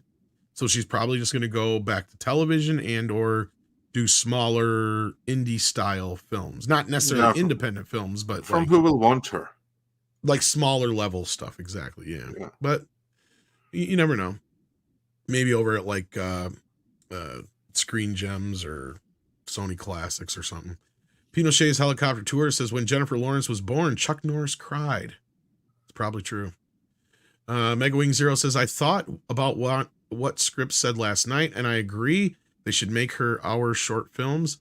They make the films faster and cheaper. Release 3 short bundles. Okay, so what Script talked about last night, just real quick, my best of my memory and interpretation, is he's like, you know, if you're going to insist on shooting these things like these streaming shows, why don't they just do 3 movies at once and then just release them periodically throughout the year like the old serials? And I didn't think that was a horrible idea necessarily, but I don't know how that would all work out. And I'd rather have him explain his whole concept better than I just did. But you can check that out on last night's meet otherwise, but I don't know what you think of that, Andre, but yeah. I don't have any strong feelings on it. Yeah, and then EK is bringing up some. That's another good point. Jeff Johns co-wrote Wonder Woman 84, and he also co-wrote the script, the treatment that they had brought in. And Jeff Johns has been downgraded, so that's another. That's a part of the problem, obviously, because Jeff Johns he may be all right in the comics, but he certainly hasn't been on the big screen. No, he's had no luck when it comes to that, pretty much. Camelbot Killer says, I blame modern schools for teaching nothing worthwhile to students. Street Smarts showed how dumb people are. 20-year-olds are dumber than a 5th grader. Yeah, well, be interesting if they brought back that game show, Are You Smarter Than a 5th Grader or whatever. See how well people would do on that show. Because we seemed to be on the right course, and then things took a really strange left. Pinochet's Helicopter Tour says, I block your virtual signal and cast Magic Missile. There you go. Miguel Faro says, Lobo, good script first, actor casting later. Very good point. Very good point. Camelbot Killer says, I saw Jason Momoa on Stargate Atlantis. Good show. Yeah. Benson DeVito says, Tom, Ares is Hippolyta. Did we get this one? Oh, okay. It would be, no, we didn't. Hippolyta's father. It would be weird if Ares was Wonder Woman's father as well, don't you think? Not really, because which Hippolyta even a fucking character in the movie? I don't even know who that is. Offhand and trying to think. I don't know that mythology or anything like that. That's my point. Most people don't. So that's when you're adapting something for a movie like that, it's easier just to streamline it and make it. That's my point. Again, I'm not. I even said it. I know it doesn't jive with the original comics, but since you're already changing shit anyway, why didn't you just make more sense? That's all I was saying. JC says a more traditional Aquaman reboot with Alan Ritchson. Am I saying that right? From Reacher? Yeah, you're not the first person to say that. That guy's come up a couple times for that. That wouldn't be a bad idea. Camelbot Killer says, would you want to see Forbidden Planet reboot? I don't think it's above the realm of possibility. I'd rather see a Black Hole reboot. Because Forbidden Planet is like a great movie already in its own right, whereas Black Hole didn't live up to its own potential. And so I'd rather see the movie that didn't live up to its own potential remade, rather than something that is a cult classic in its own right already. That's me. There you go. And I'm getting schooled on some Greek mythology in the chat. Thank you, guys. ActionCom says, Bennifer Reborn. Really? Yeah. It's twice as bad this time from what we're hearing. So we'll have to see how that plays out. Bat Signal asks, Tom, why do you have such animosity towards Zack Snyder? Oh, for many, many, many reasons. I don't hate him, actually. I like some of his films. I just hate his take on DC, but that has nothing to do with my reporting, which is funny because sometimes when I do post stuff or say things, there's people on all sorts of sides who make a lot of assumptions about me. Honestly, at this point, with the DC universe, I have very little attachment to anything. Like, I never got attached to it in the first place. Like, I was never a fan from Man of Steel on forward. I gave it a second chance with BBS, and then just ever since then, there's things I've liked, and most of it I haven't. But I'm more curious to see what James, like, even if James Gunn would have completely, even if you were to completely wipe the slate clean, I'd probably still be interested because he has earned my interest. And I think Andre knows what I'm saying with that. Oh, absolutely. And in my case, what I am the most invested in all of DC right now, yeah, I want to see Henry Cavill continue as Superman. I want to see Ben Affleck continue as Batman. But what I'm really invested in is Peacemaker and the Suicide Squad and the stuff that James Gunn already did. So even before he was announced, I was the most invested in James Gunn's DC stuff. So now when he is running the whole shebang, I've never been more interested in DC than I am right now. And the beauty is that I don't know it that well. I'm not going to be so critical as I've been for like other Marvel stuff. I can just enjoy it as the entertainment that it is without being too critical of what it is. Like, for instance, Peacemaker. I've never heard about Peacemaker before. I've never read the comics. I know he has that uniform. According to Klobby, he actually added a bit more to the character because he was kind of like a lost character of the Harvey comics, and they just turned him into an asshole in the DC comics, he said. Yeah, I'm that could very well be. All I know is that I'm really invested in this iteration of the character we saw right here, and that's what I really like about James Gunn. He takes like these characters which are really, really cool that you can do something with that hasn't been done before. And he brings them out into the mainstream. He even made Polka Dot Man interesting. Yeah, I know. And Rocket Raccoon. Like, I was one of the few, being a Marvel guy, that actually was Charlton Comics. Sorry, my bad. with Rocket Raccoon to begin with. I mean, that's why I was instantly sold on the Guardians of the Galaxy, because I knew Rocket Raccoon, not from the Guardians of the Galaxy comic, because I hadn't read that, but I had read it in The Incredible Hulk, because Rocket Raccoon made an appearance there back in the late 70s, early 80s, something. And just from that, I was like, this is crazy. Like, this is Bill Mantlo at his best. And someone like James Gunn doing that, okay, I'm in. Yeah. And he didn't disappoint. And I can't wait to see what he's going to do on DC. And, like, I want them to build on what works. But if DC is going to be rebooted under Snyder in that hypothetical event, bring it on. But as far as to answer the actual super chat, thank you again, Bat Signal. I just don't like his take on Superman. I didn't get Superman out of any of that. And I know some people are huge fans of his take on Man of Steel, and they love his vision, and he has really hardcore fanboys. And to be honest with you, that's where my animosity comes in. There is a sect of the Snyder fan base that are relentless. They do all the bad things that they've been accused of, and they are the type of people who will do the same kind of tactics as SJWs, unfortunately. And I'm not saying all the Snyder fans, just a small section of the group, if that makes sense. That, to me personally, it's their sainthood of Zack Snyder that really bothers me.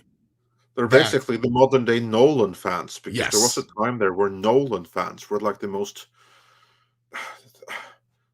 frustrating, annoying group you could find. These are the folks that got me kicked out of Collider's Facebook group, because I would not bow down to say Zack Snyder was Jesus, and I found that a bit insulting. I dared say that was insulting. Yeah. Got me. And kicked you know out. what? Neither is Superman. He's supposed to be Moses, not Jesus. Exactly. Thank you, Andre, as I've pointed out many, many a times. So there you go. Goku McDuck says, have you guys seen the trailers for the live action Saint Seiya Knights and the Zodiac movie? I think I've seen the first one, but I'm not 100% sure. And no, I've not seen the second one. Also, there were planned US adaptations of the anime. Well, you probably should be happy they probably never came to fruition, because at this point they just haven't cracked that code, as we talked about earlier. Yeah, I have a listener who likes to send me a lot of anime and other trailers like that, so I do see some from time to time, but Zodiac does not ring a bell. Sorry. Andre? No, actually I haven't. Not in this moment, no. There you go. Sorry about that, but thank you for the support. And Joker Voice has been here for 15 months. Thank you. Decadent Retro TV says James Gunn is in control of everything DC, but not the comics yet. Yeah, and as Andre said, I'm sure if he wants to do something within the comic realm, he's just got to say, I want to do this. Yeah, exactly. He says that he's going to get it. Yeah. Or they need to do this so it matches up with what we're doing, which I don't even think he would do. I don't think. See, that's the other thing is from what we've heard is that the DC Comics is in such flux right now. With all the things that we have heard, my speculation is that Todd McFarlane is just going to license out all the characters going forward. And they'll probably, what is it, Image is that he owns? Comic company? I think it's Image. Am I wrong? He started Image with a bunch of other people. So he was one of the original founders of Image. Yeah. And I think he's still one of the main shareholders. If he retains ownership still, or he's divested himself, that I honestly couldn't tell you. But I have speculated just from my informed, of what I know, what's been out there, what the plausibility is that that's the most likely scenario here, is that they'll do some kind of sub licensing through McFarlane's comic company, which I still think he's a big part of Image, if I'm not mistaken, but I could be wrong. I think he probably is. I think he probably owns Image to this day. But see, I have to look that up. Just talking to people that I know who know Todd, going off of things like that and just everything we've heard, that seems like something he'd be interested in doing. And he would love to be able to synergize the comics with the toys. And Todd does a lot of toys. See, that's his thing, is he's big into the toys. So maybe we'll have to get, maybe if that ever comes, like if more ever comes of that, there's a few people I know we can maybe call on and talk about that. But yeah, the comic side of things are so low on their level of things to worry about though right now that's why I'm saying I don't even think it's one of their priority. It's not even a worry at this point, let alone a priority. And that's where I'm saying is I think they're just going to turn that over to somebody else, whether it be McFarlane or whoever. I think that's what's going to happen. Inverse Opinion has been a member for 5 months and says Chuck Norris even released an official joke book at one point. That's what I thought. I don't know. There's been T-shirts and stuff like that, so I was pretty sure he had licensed some stuff about it or licensed some stuff. There are books that I'm sure that he would have to license his likeness to them, if nothing else. Although I don't think yes and no. There's to do with the publication beyond that. There's a gray area in there, but I think for certain things they do have to sign off on their likeness. But I found out from the makers of South Park that all you have to technically do. So this is the answer as to why sometimes they have like the real actors' faces on the characters in South Park and sometimes they don't. If they can find enough pictures of the person they want and enough angles, all they have to do is get permission from the photographer, not the actual person. If that makes sense. Yeah, because it's the photographer who has the rights, not the yes, not the individual depicted in them. So that's where when you're watching South Park, and sometimes they'll have the actual pictures with the cutout faces and stuff, as opposed to a drawn one. That's why is they were able to find enough pictures of the person, and whoever it was that owned the photography was affordable enough or whatever. But yeah, so in that case, I think there's certain loopholes and ways you can get around that. But now you can do certain things like that. Now, if you're trying to sell a product and use a person's image, that's a different situation, if you get my drift. Because then it's an endorsement. Does that make sense? Yes, that makes perfect sense. Okay, so there's the as far as I know, that's the line. I could be not 100% on that, but that's my understanding of it from the legal standpoint. And Tina Bojan has been a member for 17 months, working on that 2-year membership. Thank you so much, Tina. We need to come up with some more badges. That reminds me. Can we add more badges, or are we at our limit? I have to check. I don't know. I know we need to work on a few of our stickers too. So yeah, we'll have to work on that this before the end of the year. Let's try to put that in our notes to get to. Yeah. Your Muslim uncle has been here for 20 months. He's getting real close to that 2-year mark. STR Red Wolf says there are only limited anime crossovers, with Cowboy Bebop knocking on heaven's door, getting limited release, and Spirited Away. And then he goes on to say, which got wide release, but only because it was backed by Disney. Pure anime, not live action remakes, which cost ton more for less return. And that's where I'm saying STR Red Wolf, and that was my point, where I see anime itself and manga itself and stuff like that taking off more and getting more wider appeal. But the actual like live action version of it, or for instance, I think we're at least, like Andre said, a generation away from that. Just because for this current generation to be able to accept some of that stuff. But yeah, I do agree with you that it's gonna be one of those things that takes off in the next few years. Or well, it technically already has, but it's gonna get bigger. Master Clockwork has also been here for 20 months and says anime manga adaptations could be a huge success if handled correctly. Problem is, Hollywood keeps trying to pull this for a modern audience. But yes, that's part of it, Master Clockwork. But as I said before, I think the other part of it is just the aesthetic. I think there's just something they haven't been able to replicate with the quote-unquote live action, because it's still technically animated. That's the other problem you have. Warachi says, great stream, fellas. I love the troll video. Oh, glad to hear it. And the addition of Norse... Yeah, and the addition of Norse myths and magic was great. I would love more movies including other myths. Yeah, there's tons of ground to cover there, that's for sure. Obviously, I need to learn more about it. Goku McDuck says the thing is, Japan is idealistic, US West is realistic. Well, that could be an issue in the adaptation process. Blah, if I could talk. Mike and Air says, last several gaming gens had Sega Genesis collections with Toe Jam and Earl and Streets of Rage.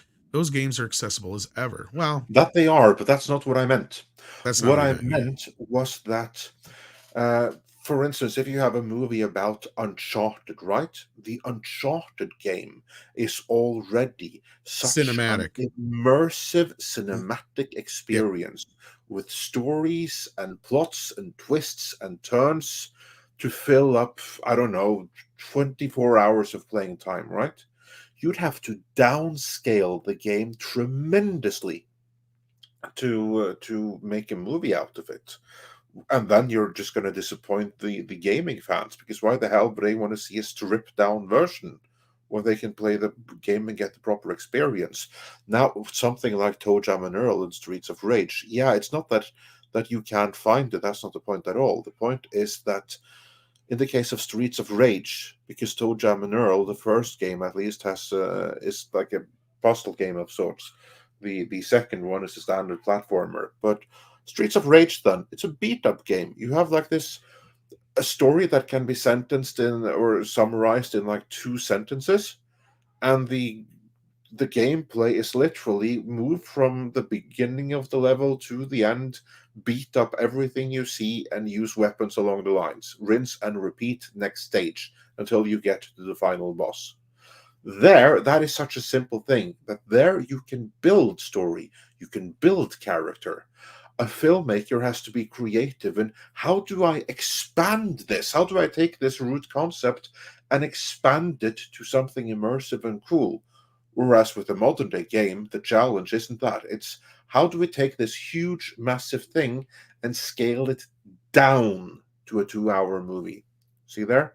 You have like funnels that go point in opposite directions, which is why I submit that something like Streets of Rage is easier to film and is going to make for a better film than something like Uncharted.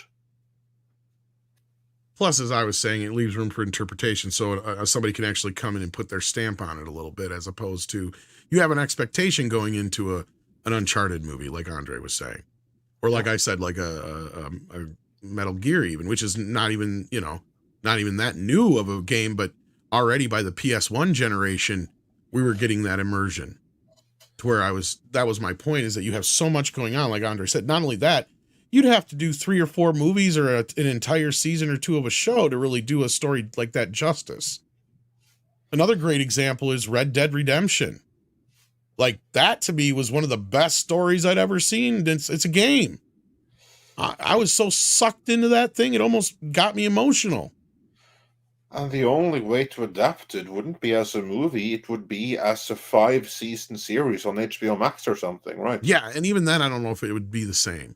Exactly. Because part of that is you're not only invested in the story, but you're also invested emotionally in the fact that you're playing this game. So that's the other problem you have, right? So there's that separation there, and that's where, yeah, I totally get where you're coming from, and I get where Mike and Ayers where you're coming from as well, because yeah, these games are going to live on forever in these collections and stuff, so that's not a problem. It's just the open for interpretation part. Camelbot Killer says, Andre, what's wrong with black hole specifics? Well, it's black and it's a hole. No, I'm just kidding. No, I really enjoy Black Hole. I do. But and that's why I wouldn't mind seeing it remade. It's something in the same spirit. But I would like something with far more visual, better visual effects. The visual effects, they could use an upgrade for the Black Hole. I do like the robots in it, like the really cartoony, cutesy robots. I love them. But I also would like them to get a visual upgrade that retains that cutesy look, but give their eyes more motion and more emotion. Make them come more alive. Imagine what someone like James Gunn could do with those robots. And also make the physics and the mystery of the black hole, do something a little bit more with that. That's cool. Yeah, see, that's the thing is most people think I hate everything, but I'm actually traditionally not that much against remakes or readaptations, as long as there's a good reason for it, because throughout the 80s, a lot of that stuff that were getting like was remakes and readaptations. It was just done well. They, you know, we had upgrades in like you just said, either special effects, or you would get a new cast that actually fit those roles, but they were popular with the time, and you could update the story a little bit in certain ways, and certain you can change things a little bit. Like I was just recently like one that does it, that I was reminded that, oh yeah, once in a while you can do a decent remake, and how you can kind of do it right and do it your own way and certain things like that. I've always loved the Walking Tall films based on a true story, but there's some people who've said that true story was interpreted by certain people in certain ways. Okay, fine. So when The Rock did his remake, guess what? They just used the main story beats. Other than that, it's a completely fresh story. Like new characters. Otherwise, it's just the same story beats. But it's completely modified to fit the current day, to fit Rock's personality and his acting skills at the time. And you know what? I had a lot of fun with that fucking movie. Is it the original? Hell no. But it does everything that the original does as far as the major story beats, and it also fulfilled that I got out of it what I wanted, right? Like I had fun with it. I enjoyed it. They didn't ruin the original story. They paid homage to it, but they didn't step all over it and tromp all over it and say, ours is the better version. You know, you have plenty of classics in the 80s that we talk about all the time, like The Thing that I just saw brought up in the chat.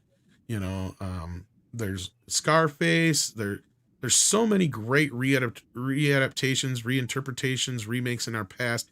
King Kong was usually the one I'll go to, because it used to be we'd get a new King Kong every so often, and the main reason was because technology would advance that much more, and King Kong lent itself to that kind of storytelling. And so it's still to this day. Look, we just got Kong Skull Island and Godzilla versus Kong already, right? So like that to me, I have no issues with that. To me, the problem is this political movement, or if you're going to do one of these cheap remakes like the recent Firestarter one, I'm like, what was the reason for that?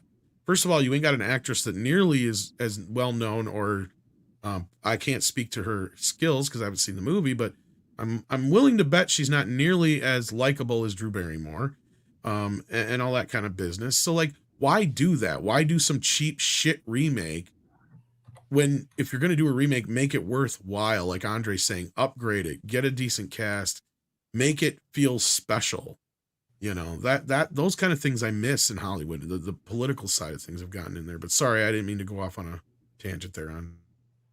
No, that's all right. But I don't know if you agree with me or not, or get what I'm saying. No, I agree completely. Because I always loved new interpretations of things, but it's just gotten worse over the last 10 years or so. Bryant Barr says he's been a member for 1 month. Well, thank you, Bryant. Says, who is better, Ben Affleck or Pattinson? Oh, Affleck by far. Pattinson seems like the type it wouldn't faze him if Batman doesn't work out. I think you're right. I don't think he really had the enthusiasm or the drive to really do this movie, or he would have been, instead of that interview being like, I don't see the reason to work out, I get sent a bad precedent and all that kind of shit. if he was really into this motherfucker would have been all in, and he'd still be talking about it. Like The Rock is still talking about Black Adam. Andre, is that your interpretation of that? Yeah, absolutely. He was never into it. To him, it was just another job, and to me, he was at best all right. But my big problem with that movie is what Matt Reeves did with it. I hate that movie. And for anyone who is shocked and wonder why, it's all because of the subtext and the messaging, the really disturbing New World Order, World Economic Forum messaging that was going on there. If you want to know what I'm talking about, go head on over to my review of that movie. Just go to the search bar and you'll find it right there. But I hate that movie. Wow. I'd go on a limb and say it's the worst Batman movie ever, but yeah. I'll rewatch Batman and Robin before I rewatch it. With joy. Yeah. 6 is right here. I think this is the best way to put it. Pattinson wanted to do the role because it was something different. Ben Affleck actually had passion for the role. Yes, I agree. I think that's a good way to interpret that. Thank you for that, 6. And then Camelbot Killer says, I liked the Black Hole movie, good story and special effects. Yeah. Well, as Andre said, he did like it too. Yeah. I like it too. But if there was a movie that I would like to see a new version of, it's that one. And it's because I like it, but I recognize that some things here could have been a little bit better than they were. Yeah, and a great example is like I'm a huge RoboCop fan. I don't hate the remake, but I'm just more disappointed because it had so much potential. Yeah. Like I think you and I have had that conversation, Andre. But yeah. Absolutely. It was a waste of potential. Yeah, because it could have been a really cool new franchise. Dan Ramos, and that's where I'm looking forward to Highlander. That's another one that has fucking potential, especially if you got Henry Cavill in the lead role. That's exactly what I'm talking about. That's an I wouldn't say an upgrade in quotations, but let's be real. Henry Cavill's star status right now compared to Christopher Lambert's when the Highlander movie came out originally, way different. I'm not putting down Christopher Lambert. I'm just saying that's what I'm talking about is you make it more prestigious. This is, you get Henry Cavill in there, you get one of the guys from John Wick directing it or whatever, you got something there. You've got something to sell it with. It's like, oh, that's interesting. Anyway, Dan Ramos says, I was surprised by Momoa's performance in that Slumberland movie myself. It felt like he played a new character mashup, borrowing from Captain Jack Sparrow and Beetlejuice with something new. Well, evidently his acting chops are getting a little better. There you go. So, and I know it probably can't be topped. Rust in Peace, I agree with you. That Highlander is one of those comfort food movies for me. So, but it doesn't mean I wouldn't like to see some more, Doesn't mean it will replace the original. Just it's more. Morgan King has been a member for 14 months and says, I would like to let you guys know that you are doing a great job and keep up the great work too. Well, thank you, Morgan King. We appreciate that. Yeah, thank you. It all makes it worthwhile when knowing you guys actually love what we do and appreciate it. And it makes us feel like we're doing something worthwhile. Samurai Vader says Team Fortress 2 could be a great video game. Their official animations are great, even the fan-made ones. Look up Turbulence Saxy Awards. There you go. There's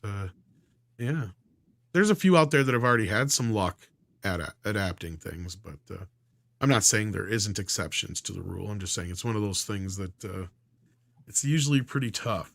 Master Clockwork says the Batman is the most Batman version of the Batman we got. Yeah, okay, fam. If your Batman is a scrawny emo kid and a terrible detective.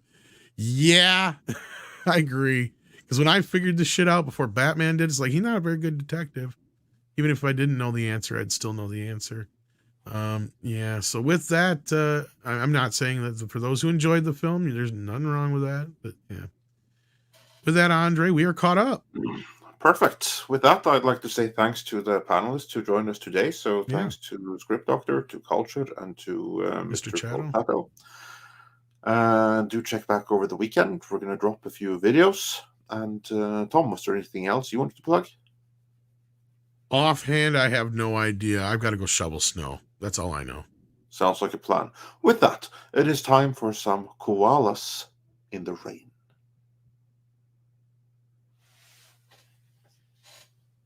Can you tell I wasn't ready? Yeah, I was like thinking now would be a good time. Well, you know. What the hell is wrong with you people? Give me a little heads up, maybe. Because I got to find the damn button. I got to put it in a more convenient spot.